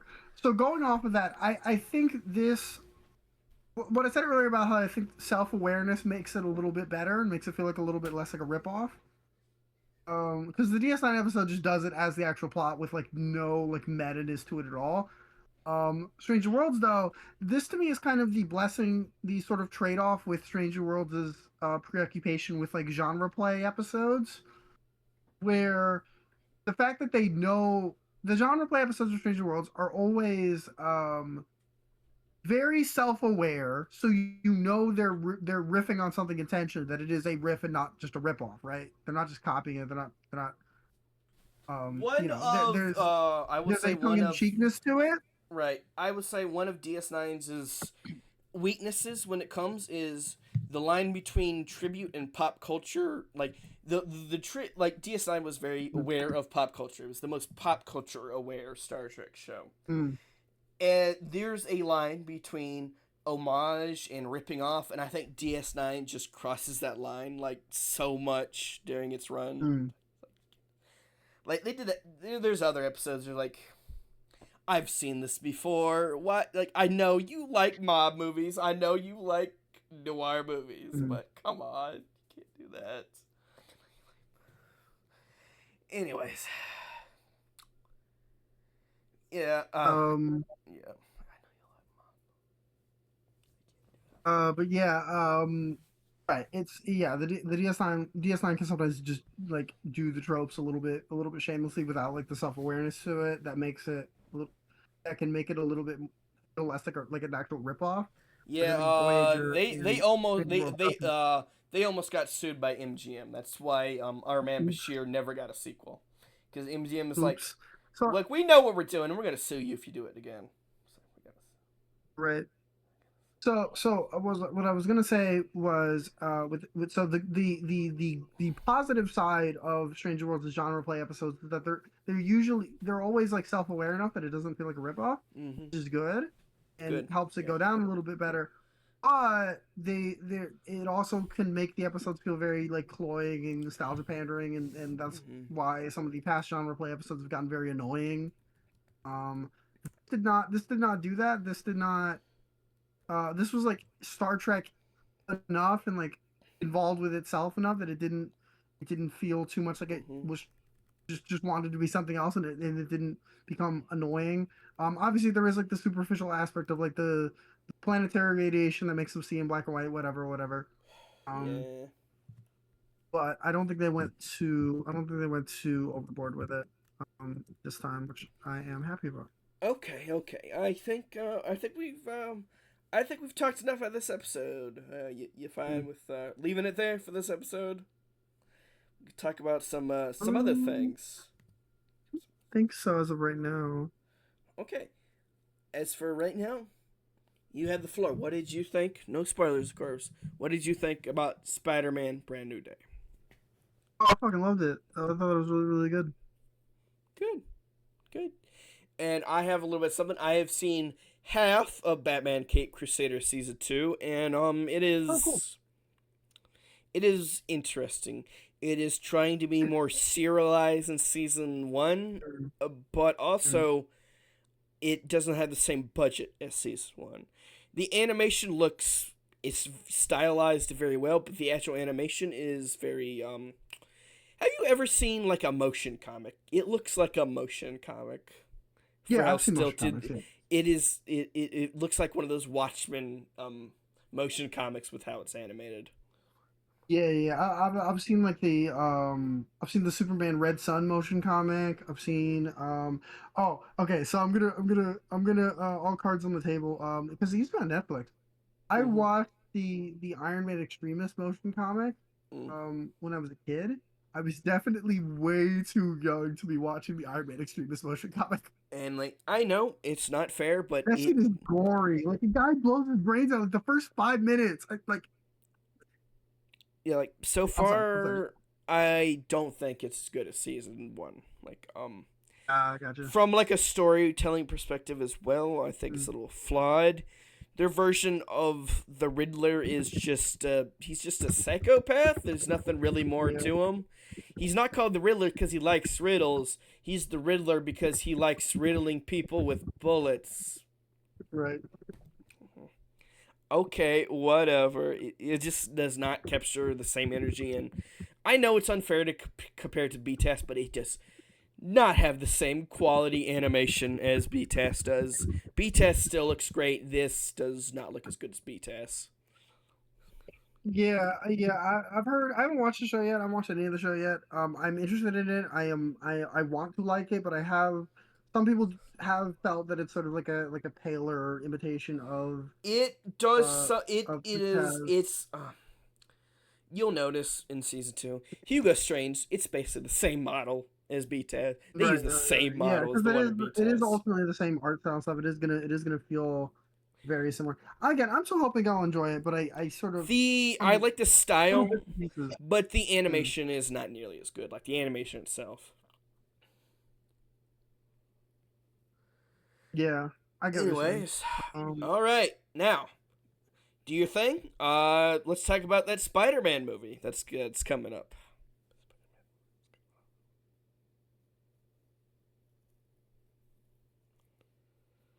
You said you wanted to talk about Oh, the. yes. Sorry. Mhm. Yes, we did get there was a leak of a 4 minute teaser, or I guess trailer for Beyond the Spider-Verse that came out.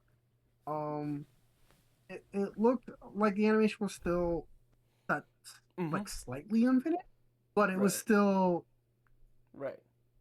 it was still really good. Have they announced a It still looks date? amazing. I'm still really fucking hyped. I'm very interested in where it's going to go. I should probably not spoil anything from it, but I'm still very excited about this movie.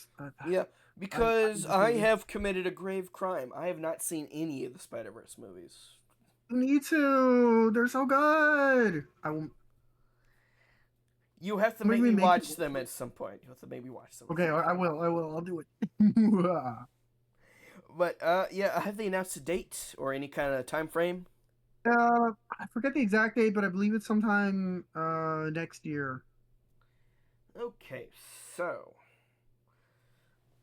2027. That sounds good. Okay, and Marvel, we've known this has been coming for a long time, has officially cast the X-Men lineup. Yes, they do. Yes, they have. We have some people. We have some faces to put to the names. And what's good is I have not heard of any of these except for Adam Driver, which is good. I don't Yeah, want to I've know these seen some people. of them in stuff, or I know of some of them. Like Rogue is, I haven't seen the movie because it deals with subject matter that is a Okay, bit too intense. But let me announce it. Okay, we got Sadie over, Sink as Jean Grey. right, who I've seen her like in stuff. She's Mm-hmm. around. Mm-hmm. We have Kit Connor as Scott Summers, Hmm, aka Cyclops. We have right. Christopher Abbott as Charles Xavier. Now that's a Hmm. name I am not particularly familiar with. I Charles want to say he was Abbott. in some medical drama show, but I could be wrong. I've at least heard of Kit Connor. I've not seen him in anything, but I have heard of him. And Samara Weaving as Emma Frost, which was actually the first to leak out. And we Right. have Ande Navarette Inde. Do you know how you say that? Pronounce that? She was in Obsession, right? Yes, yes. I don't know exactly how you pronounce. Hold on, let me look it up again. Which this is an interesting cast list. As Yeah. she is Rogue's playing actress Rogue. is Yeah. Inde Narvet Navaret. I'm not sure exactly. as That is my Rogue fault. and Maya Boyd as Storm. Which this is She an is probably the biggest thing other than Adam Driver because that Okay. was a really big movie. And I So that's know who interesting. Adam Driver is. I've seen Star Wars. I Yeah. know who Adam Driver is. Which he's playing Yeah. Mr. Sinister. Woo! Mr. Sinister, he's Finally! finally in a movie after all the fucking teasing that Fox tried to do. Mr. Sinister is like Let's the go. both the most silly and the most evil X-Men villain at the same time. Yes, truly. He is such a fucking bastard. He's done so many things, but also he's kind of a goofy ass, over the top, ridiculous motherfucker. Kind of love him for that. And I hope he they go also all the way. I wanted the yeah. full costume with the big, stupid, Right. rising, segmented cape thing, the fucking diamond on his head, and his goatee, And everything. unlike other Marvel villains, he has a built-in resurrection card to it is a part of his gimmick. Which means you can bring back him at any time and it makes sense. Clones! Him and his fucking clones. He's ridiculous. Well, no. I was gonna say speaking of clones, but that would require me to spoil Brandon Day to talk about thing where I thought they were going to invoke a character, but it wasn't. No, okay. I think I know what you're talking about. But yeah, we'll get to that. We talk about that off the podcast. Yeah, we can talk about that off the podcast. I guess it's not a spoiler anymore, but obviously Jean Grey is the same actress who has played her in Brandon Day because I just came out. I think a lot of people figured that out. I knew that before the movie came out. Right. I think most people get that Jean Grey's in the movie, so I think it's fine. Which okay, let's talk about that lineup. We got we got like Cyclops, makes sense, classic character. It's a small team. Just for one thing, it's a small team. Even smaller if Emma Frost is an antagonist in this first movie and not a member of the team himself. Like okay, we got Cyclops, classic character, absolutely makes sense. Right. And we got Jean Grey, okay, makes sense. Rogue is a little bit interesting. Rogue is not like a classic member. She's one of the ones that joins later. Right. She's definitely kind of been part and part, like in the original trilogy, she's definitely sort of part and parcel with the movies specifically, so that might be kind of what they're pulling from. And we got Storm, who, as I believe it, is not a classic character, but she is a core member. She is relatively classic. She's like one of like the like giant size X-Men introductions from like the 80s. Emma Frost is an interesting addition here. That is I agree. This around Storm, I think, makes sense to include in a version of the starting roster. She's very iconic to the X-Men. She's very built into the whole thing. Not a lot of male characters in this movie. No, not a problem at all, but just something I've noticed. It is interesting, and especially if Scott and Jean are going to be in a relationship, this is going to be interesting, I guess.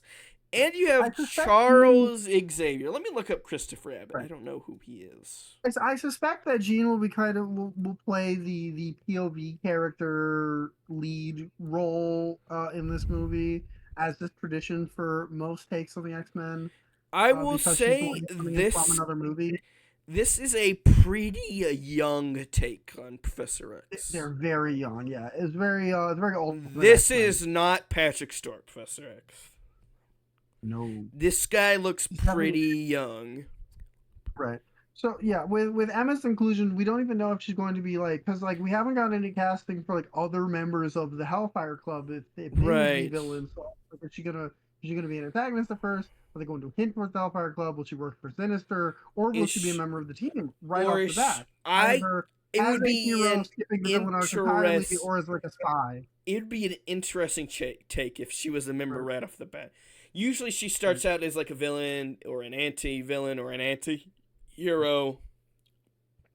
Which I do like. If she's on the team, I like that. I like that better than what previous takes have done. Previous live action movies have always fucking wasted Emma Frost by turning her into just a goon for the main villain who doesn't do or say very much and doesn't have her character out. She has a blink and you miss it cameo in X-Men Origins Wolverine.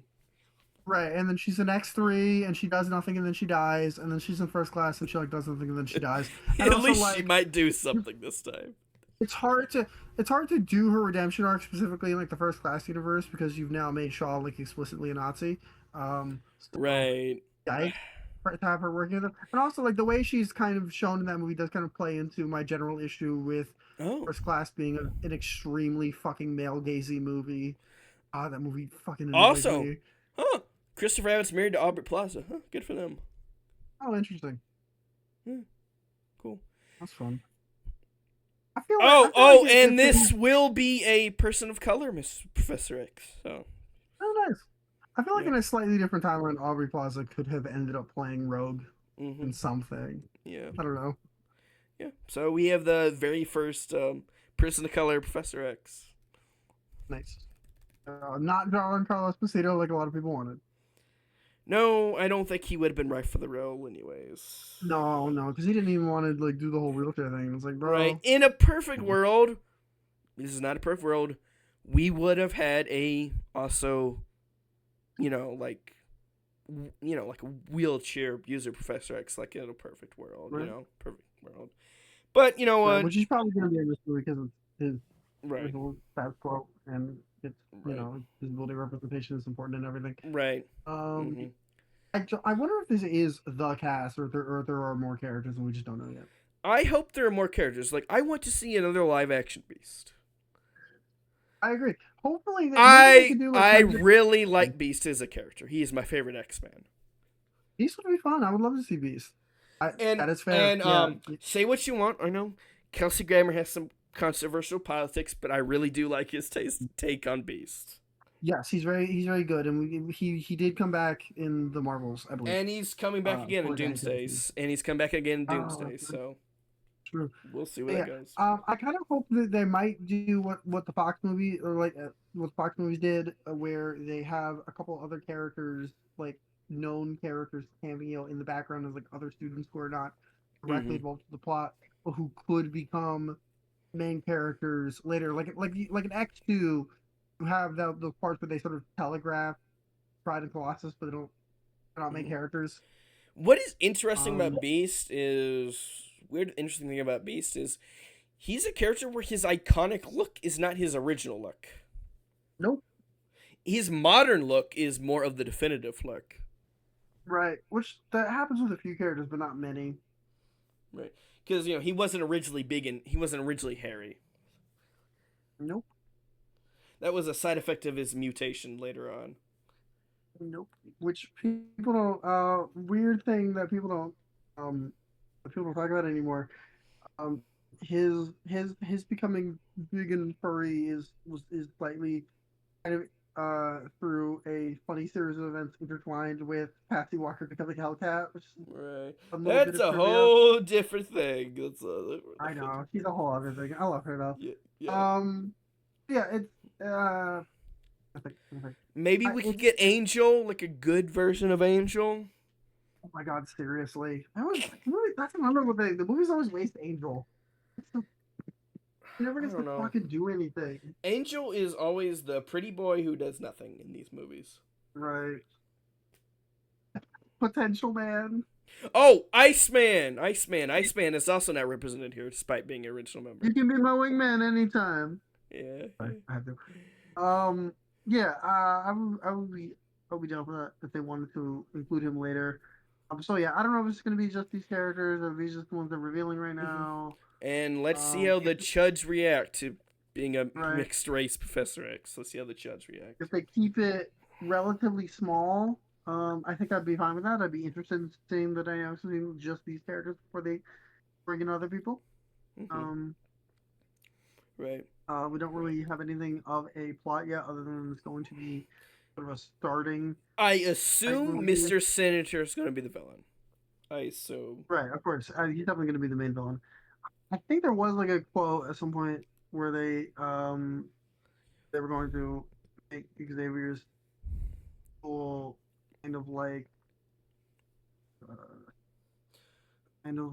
Hogwarts, which I hope they throw that idea in the garbage. Please don't do Please that. no, please no. Let it die. Let it I die. Let it I shrivel up and die. I don't know speaking of Hogwarts, I don't know what my I'm trying to find a ethical response to the TV show. Like I don't want to watch it, but also I am curious about it. I am curious about what the heck they're Yeah. even gonna do. It's really hard because she's made it fucking impossible to enjoy her Right. fucking wizard franchise ethically. Because she's made it explicitly clear that she considers any form of like consuming it or talking about it or keeping it like alive as a public as a Right. thing in the public consciousness support for her awful transphobic Right. agenda. So I'm kind of at the point where I want to kill Harry Potter as an intellectual property. Who I knows? am, Maybe so let's Adam, hope. we're talking Let's about hope Adam that Driver. this I am very much in Let the Past Die, kill it if you have to mode with Harry Potter. Mr. Sinister, let the past die. I know, Let the I past know. die. Speaking of let the past die, let's talk about that new trailer for Doomsday. This is a much better trailer than the other trailer. Yes, this one shows a lot more than the other one. The other one was just kind of fight moments in aura and like lazy narration from Thor. So what we've We gathered get to see from a little bit this more actual is interactions between the Fantastic Four and Doom, right, which is which is good. good. Which is good. Uh, We have confirmed that Doom is the Doom from Universe 828. He is not a Tony Stark variant. He keeps his mask yeah, on. He's actually doing a he Eastern kept his European mask on the accent. entire time so far. Yeah, he's Right, doing an yeah, they even Eastern have his European accent, which I accent. like. Like, I think that Robert Downey Jr. might actually be trying in this role. He's not gonna Right, half-ass all it. right. It's feeling less cynical than it did at the announcement, although still a little bit. I like that he's the same Doom from the Fantastic Four universe who already Right, established. I think that was right, which is good. Which is that. good. I am glad that he is that Doom. He's not an Right. alternate The Tony Stark. narration we He's get, not a Doom from right, this universe. He has had history with the Fantastic Four. right, Sue and Reed both act like they have had history with him. right. From the narration that we get from mostly Sue is it seems that she knew him before he went down, his supervillain path and he became Right. Doctor Doom, Right. which is It an interesting seems change. like that in this timeline he went down the path later than he did in the Yes, original one. it seems that might be possible, or maybe Sue also went to college with him and Reed because usually Reed is the only member of the Right. Fantastic Four that knew Victor Right. before he was Doctor Doom. I assume I think Pedro Pascal and Vanessa Kirby are around the same age. So this isn't like Right. the weirdness of the comics one where she is much Oh my younger God. than him. The fucking John Byrne Fantastic Four. I hate that shit. I hate Because that made it into a canonically, 94 movie. because canonically, they are kind of a May December relationship canonically in the comics. Yeah, they're weird, and we don't talk about it anymore. Um, fucking John. I hate John Byrne. But anyway, So she might have went to college with Reed or been around Reed at that time. right, because she seems to have insight into what Victor was like before he What really, I do really. want to know is, what about the Reed Riches of this universe? What's he been up to? He's just a normal person. Oh right. The main MCU universe, the Fantastic Four, like some space stuff in the '60s. Well, Strange mentions it. that was a joke to the Beatles. That was a reference What? to the Beatles. The Beatles are known as the Fab Four. And Doctor Strange, when he hears the words Fantastic Four, he's like, huh, weren't you on the charts in the 60s? Fantastic Yeah, Four, when he Fab said Four. charted, I thought he literally meant like charted. No, charted. You know. Yeah, it's a Beatles Oh, reference. A lot of young people don't oh, really know that the Beatles did have a nickname. oh! I thought that was literal. It's a Beatles reference. Okay, fair enough. Yeah. So My mistake. I wonder what Ipsy Reed Riches is doing. I honestly hope Yeah, he just has a normal family life. I hope that Ipsy Reed Riches right. is just a normal guy. Yeah, that's what it is. Assuming And he he, exists. which, to be fair, the split is not okay. From what I understand, the split between these two universes is not that far away. Like it's not that far away Mm, chronologically. this is interesting. What was I gonna say? But yeah, there's some.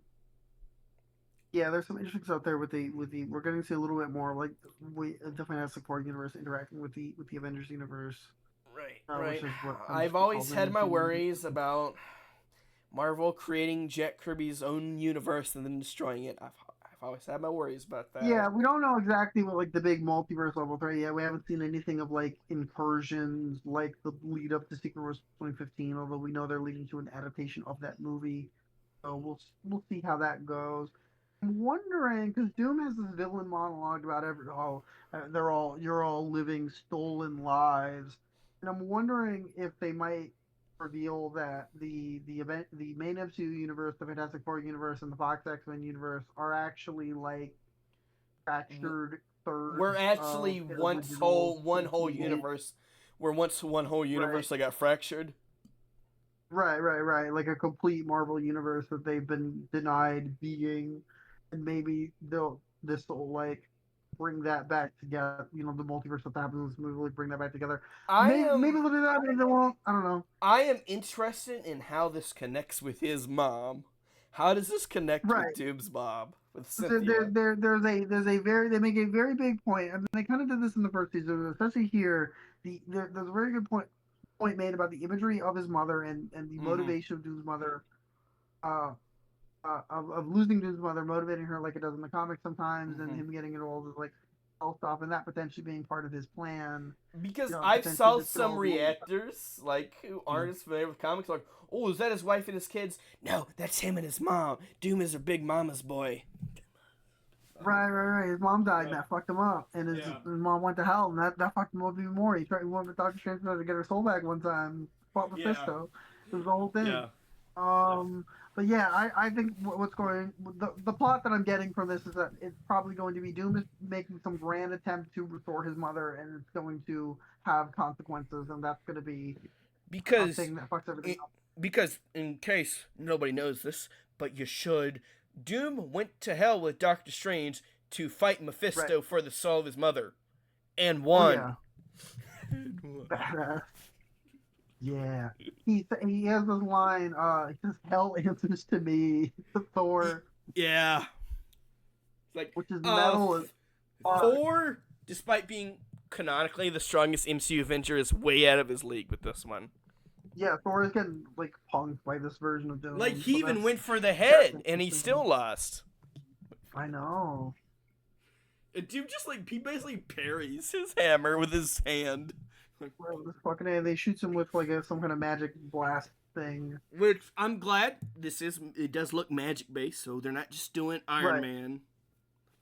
Right. We're not doing Iron Man Doom. He is Sorcerer Doom. We always love me some techno magic. Yeah. Shit's always fun. Which Um, makes me wonder, like maybe I don't think it's gonna happen. Maybe Ironheart can be in here somewhere. Because in the MCU, Ironheart fighting him could Ironheart be is fun. also very tech magic now. That's true. That could be a cool fight. I could see her being in this at least. They might have them have like a moment because Ironheart and Doom interacted like a Right. little bit Hmm. in They in do the have a infamous history in Iron the Man era when he was comics. trying to be It's right. it's not a past. I, the early Ironheart stuff is very cringy. I don't want to talk about Yeah, I get that, but I'm talking about like a little bit later, like a little bit that. further to like Infamous Iron Man. Like they do have some interactions. There's some precedent in the comics for Ironheart and Doom to interact, and I think it would be Hmm. fun if they at least gave them like kind of like a little moment, sort of like a And also something like going that like and Gohan and Roshi also Thanos fighting in game and time. also now that Mephisto is actually in the MCU, maybe we could have Doom beat up Mephisto. Oh my god, that would be fun. But I'm Like interested in how they're I going could see to Doom handle the walking count. in and be like, you will give me back the soul of my mother. Mephisto's like, Right. so how it works? You got to make a deal. And Doom says, like, No. not Doom's like, no. I am demanding. Yeah. And he fucking like Doom chokes him and moves to the demands. ground. Yeah. Yeah. Yeah. I hope he talks about himself in the third person He a does little that. bit. He does that a bit in the trailer. He did it once. Little bit. He gets a big old I am Doom. Yeah. Um I want some calling himself Doom. I think Yeah. it's fun when he does that. Yeah. Also, So the armor looks good. It looks good. Looks solid. That's a it does look solid good. It armor. does look very good. That's a solid Doctor Doom armor. Got no Yeah, complaints. It is the best live action Doctor Doom ever, which is a very low Oh, for bar. sure. Which is a very low Very low bar. bar. Like the best one before this was the one from the fucking 1994 movie. Right. So very. Yeah, he's got the cape. He's got a good mask. The armor is I think it's about as good as you could do that in live action. I think it looks reasonable. Absolutely. So it reminds me it's modernized in without taking away like the comic bookiness. It reminds me very much of Right. like character design from like one of these like old Ultimate Alliance games or something. Right. I wonder if they'll ever I wonder if they'll do a flashback to him in the Fantastic Four universe, and maybe he wore like something more similar to his Silver Age get up in like flashbacks and stuff. Because they do have his Silver Age mask cameo in Fantastic Four First Steps. Yeah. Which is a mask that is more similar to his old mask for the comics. Right. I feel like his old, like kind of broader one. Oh, Yeah. I like that they're doing the thing where you just straight up see his eyes. They're not covering it with like Bowie lenses or anything. Yeah. Okay. There are no lenses. Doom in the comics just has his eyes out, and I love that they do that here. Yeah. And you could Very, see his very expression through the eye holes. So Oh, we get a brief shot of Ian McKellen Magneto with the helmet on again. which, oh my After all this gosh. time. Oh my gosh, yeah. Please stop making this man do this. I know he's old, but hey, it was cool seeing him with the helmet again. It was. I hope they Yeah. don't make him do So any action scenes. Please don't make him do any action scenes. He's gonna float around and throw metal at things and be mostly CGI, I'm sure. And probably die alongside Charles in some heroic act or He something. should die holding him. They are practically doing that He's in gonna the do teaser it, make trailers. it gay! They could do it. Patrick Stewart and Ian McKellen have kissed each other on the mouth before. I know. You see, I'm not like I know Ian McKellen is gay, but I don't know where Patrick Stewart lies. I know he is very much a ladies' man. Like I know he's there. I think Patrick Stewart is not particularly self-conscious. I'll say that. Well, he's British. Of course he's not. The Europeans all love kissing the other guys on the cheek. This is true. This was a joke for all European viewers. This was a joke. Yeah. Our Oh, my channel's mostly Americans. It has like one German viewer for some reason. yeah.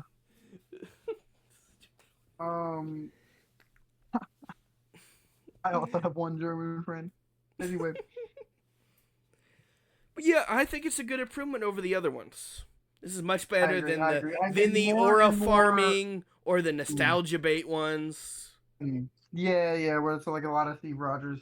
I'm getting more and more genuinely interested in this Yeah. movie in like not in a non-car crash way. Right. Oh, okay. Let me say, my views are I still don't think it's gonna be good, but it will No, be I feel like it's probably interesting. going to be overstuffed. But it will Right, be interesting. I am interested. I think it'll probably at this point. I'm hopeful that it'll at least turn out like one of those movies that's like almost good, but not in a frustrating way. And I'm like, there's some moments. It's all right. I don't hate that I watched it. It was almost it could have got there. Oh, and also story for there. Oh, wow. for the non-nerdy fans, also more footage of the Simpsons, the second Simpsons movie is in the it was at D23 also. So we got some That's non-nerdy. The Simpsons, not really. No, I mean they make a lot of nerdy references, but this is at Futurama, which is like the nerdiest show ever. Futurama is the nerdiest adult cartoon that isn't okay. Futurama is the nerdiest adult cartoon that isn't the one that isn't Star Trek Lower Decks. That isn't Star Trek Lower Decks, yes. Right. The only way to be nerdier than Futurama is to actually be a Star Trek show. Yeah. And okay, we got some Star Wars stuff too. We got Ahsoka season 2 is teaser trailer. I still have not seen season 1, so I have not seen season 1 either. I started watching with my dad like a while ago, and then we had to like go somewhere, and we didn't get to get very Yeah. far into it. But it seems interesting. I'm getting some very Heir to the Empire vibes Mm. with the way that they're hyping up Thrones of Turn. Looks like we're gonna get some big action. I think it's gonna be fun. I think it's gonna be fun. I'm intrigued. I'm intrigued. It's nice to see the Rebels characters again in any form. I like them a lot. It's cool to see Ahsoka. It's cool to be Thrawn. It's cool to see Thrawn. I know that's kind of, you know, Shadow's back. Yeah, they got me. They got me. I'm interested. All I right. can't Mm-hmm. help And it. there's going to be a new Nope. There's going to be a new Star Trek documentary this year coming to theaters, only to AMC Oh, the theaters. theater. Interesting. It's What's it about? going. I'm going to pop a link in the chat. It stars William Shatner, of course, the big ego Of hog. course. It is about the making of TOS, Okay, that makes sense that it would go to theaters if it's a TOS documentary. Okay, which that's makes very me. massive. I assume it will touch on other shows, probably a bit, but I assume it's Maybe a mostly going to bit, be but about it's gonna TOS. be mostly It like is it's gonna be a going to 60th have anniversary thing. I think it is going to have the entire surviving cast of TOS take part in it. Probably, which yeah. Which It is- sadly, there's not many of those guys still around. No, it's probably gonna be Shatter, Kane against Decay, and that'll be it. Yeah. Um, this What? is kind of like Mm-hmm. I want to talk about like Star Trek 60th in general a little bit. The Mhm. kind of the curse I think franchise have with big milestone anniversaries is trying to balance separating celebrating all of it because it's the anniversary of the franchise and celebrating the first one because it's more technically the anniversary of the first one. And me personally, I'm a very like I'm not the kind of fan who gets really locked into like one particular segment of a franchise. I usually am the kind of person who gets into like all of it. So I Yeah. don't love anniversary years where they really lean on celebrating the first one and kind of Mhm. leave everything else in the dust. And I think Star Trek Right. 60th has been very original Mhm. series centric Right. so far, and I'm not Right. the Right. biggest fan of that. Okay. Starfleet There Academy, are some step out of that, people. but There are some people from other shows as well making appearances. So this is Jonathan Frakes, Brett Spiner, Gates McFadden, Ethan Peck, Robert Picardo, Christina Chong, Denise Crosby, and Nana Visitor.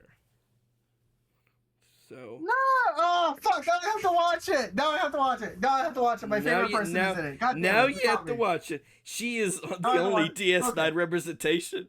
She's the And only- Picardo is the only one for both. yeah, Oh for shit! Picardo's the only one for Voyager, Prodigy, yeah. and Academy. Right, right.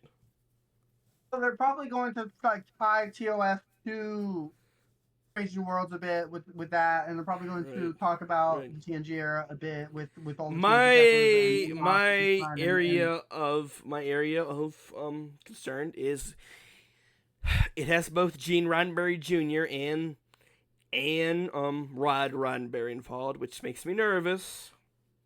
that they're not going to be fully honest about Gene. That they're going to glaze Gene, which I don't like them glazing. Yeah, Gene. I could see that happening.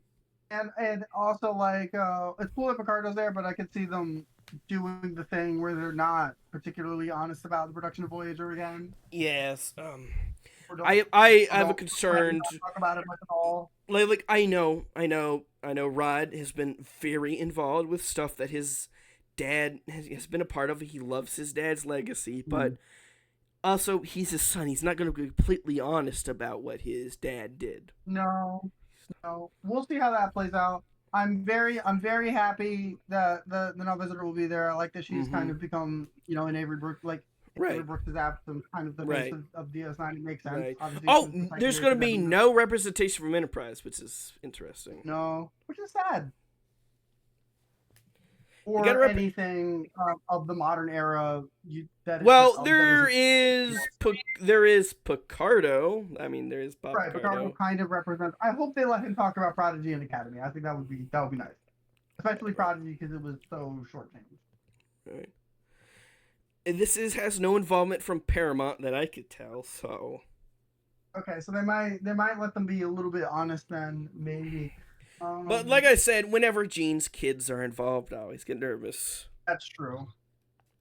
Another thing, another thought I had is, in addition to obviously being there for however much they decide to address DS9, maybe getting the Not Visitor could also partially be a tie-in to her book, which is also about the history of Star Trek, at least obviously specifically the history of women in Star Trek, Yeah, and the full history of it very much is the full title is The 60-Year Mission: How Star Trek Changed Television and the World. right. So I could see them I hope this isn't going to be too boastful. right too glazy. Yeah, I Yeah. agree. I agree. So yeah, what I was gonna say was it would make sense in the anniversary year to kind of start promoting a women's track again. Oh, yeah. Maybe like give it a second printing or something. One of the producers is going to be Mark Altman. He's the guy who's the man who wrote the 50-Year Mission. So they might be a little more honest because he's involved. He wrote the 50-Year Mission. That's a good book. I do like that book. I recommend that book Yeah, to anyone yeah. who wants to know I the know. history of Yeah, Star Trek. I know you have your problems with it Uh, for the fact that nobody seems to want to go into any amount of detail about Voyager, and that's kind of I frustrating when don't blame you the authors of the book when it comes to Voyager. People just didn't want to talk about it for some reason. I can't really blame them for which that. is frustrating when you want information. Because the people in that book were so willing to talk about DS9, TNG, TOS, but like for some reason Voyager just didn't want to talk about. Right. So we will see what happens. We will see what happens. It's coming to theaters. I'm probably not going to see it in the theater. No, I don't know if I don't know if I'll see it in theaters. Although it would be a little bit exciting to see some of those people on the big screen because I've never seen I have never much seen any of any them those on the people big screen either. So, well, let's see what happens there. What I don't like about this article is it has some typos. I don't like it when articles like why does the Yeah, Deadline be a little bit article more have aggressive than typos that. and this is Deadline, which is a major trade magazine. Why does it have typos in it? I mean, I guess in a way, right? At least typos mean like, okay, it probably isn't fucking AI. Right. Um, I'll take that. Um, oh, speaking of going back to Star Wars for a second, going back to both Star Wars and Marvel, Oh, I'm there's sorry. That was in Regal Theaters, not AMC. Correction.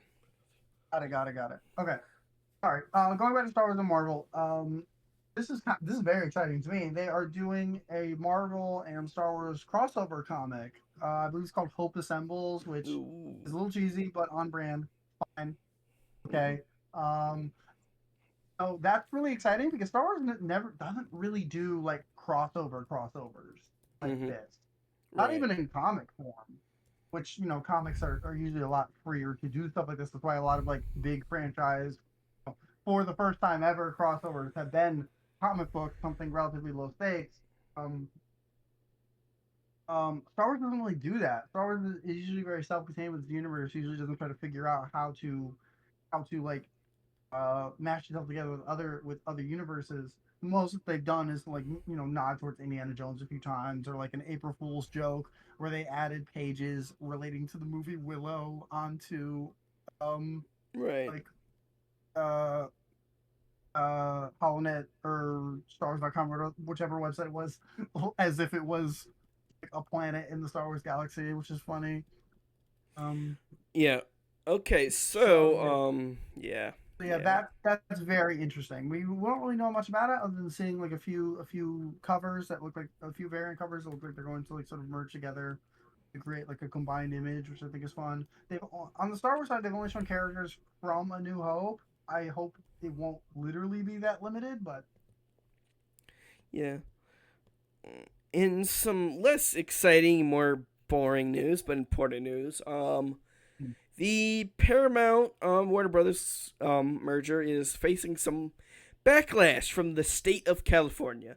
The state of good. California is blocking the like not the United States government. The state of California is blocking the merger. And Ellison is threatening to pull Paramount out of California if they try to Terrible block. idea. which is a He will terrible kill his own idea. company if he does that. Which is a terrible idea that will kill the industry. You have to have your entertainment.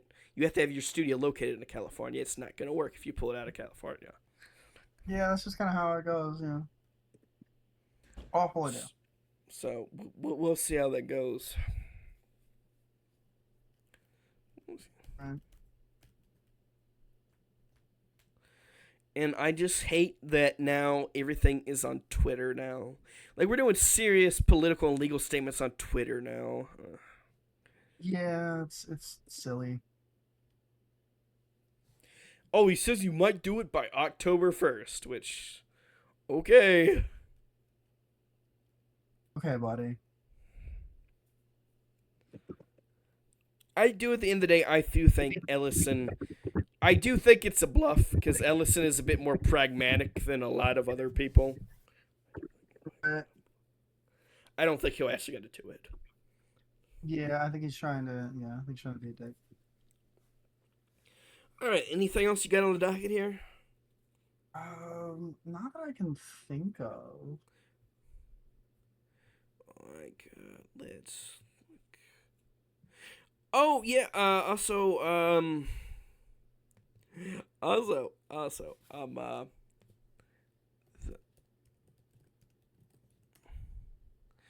Also, the one thing that will be very interesting to a certain subsect of people who's the fandoms intercrossed. I mean, I gotta pull this up.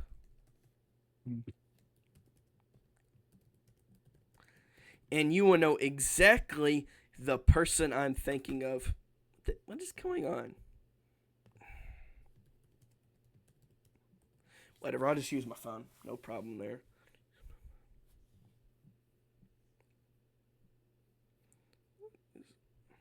Oh. Yeah, everything's going. Okay, everything's fine.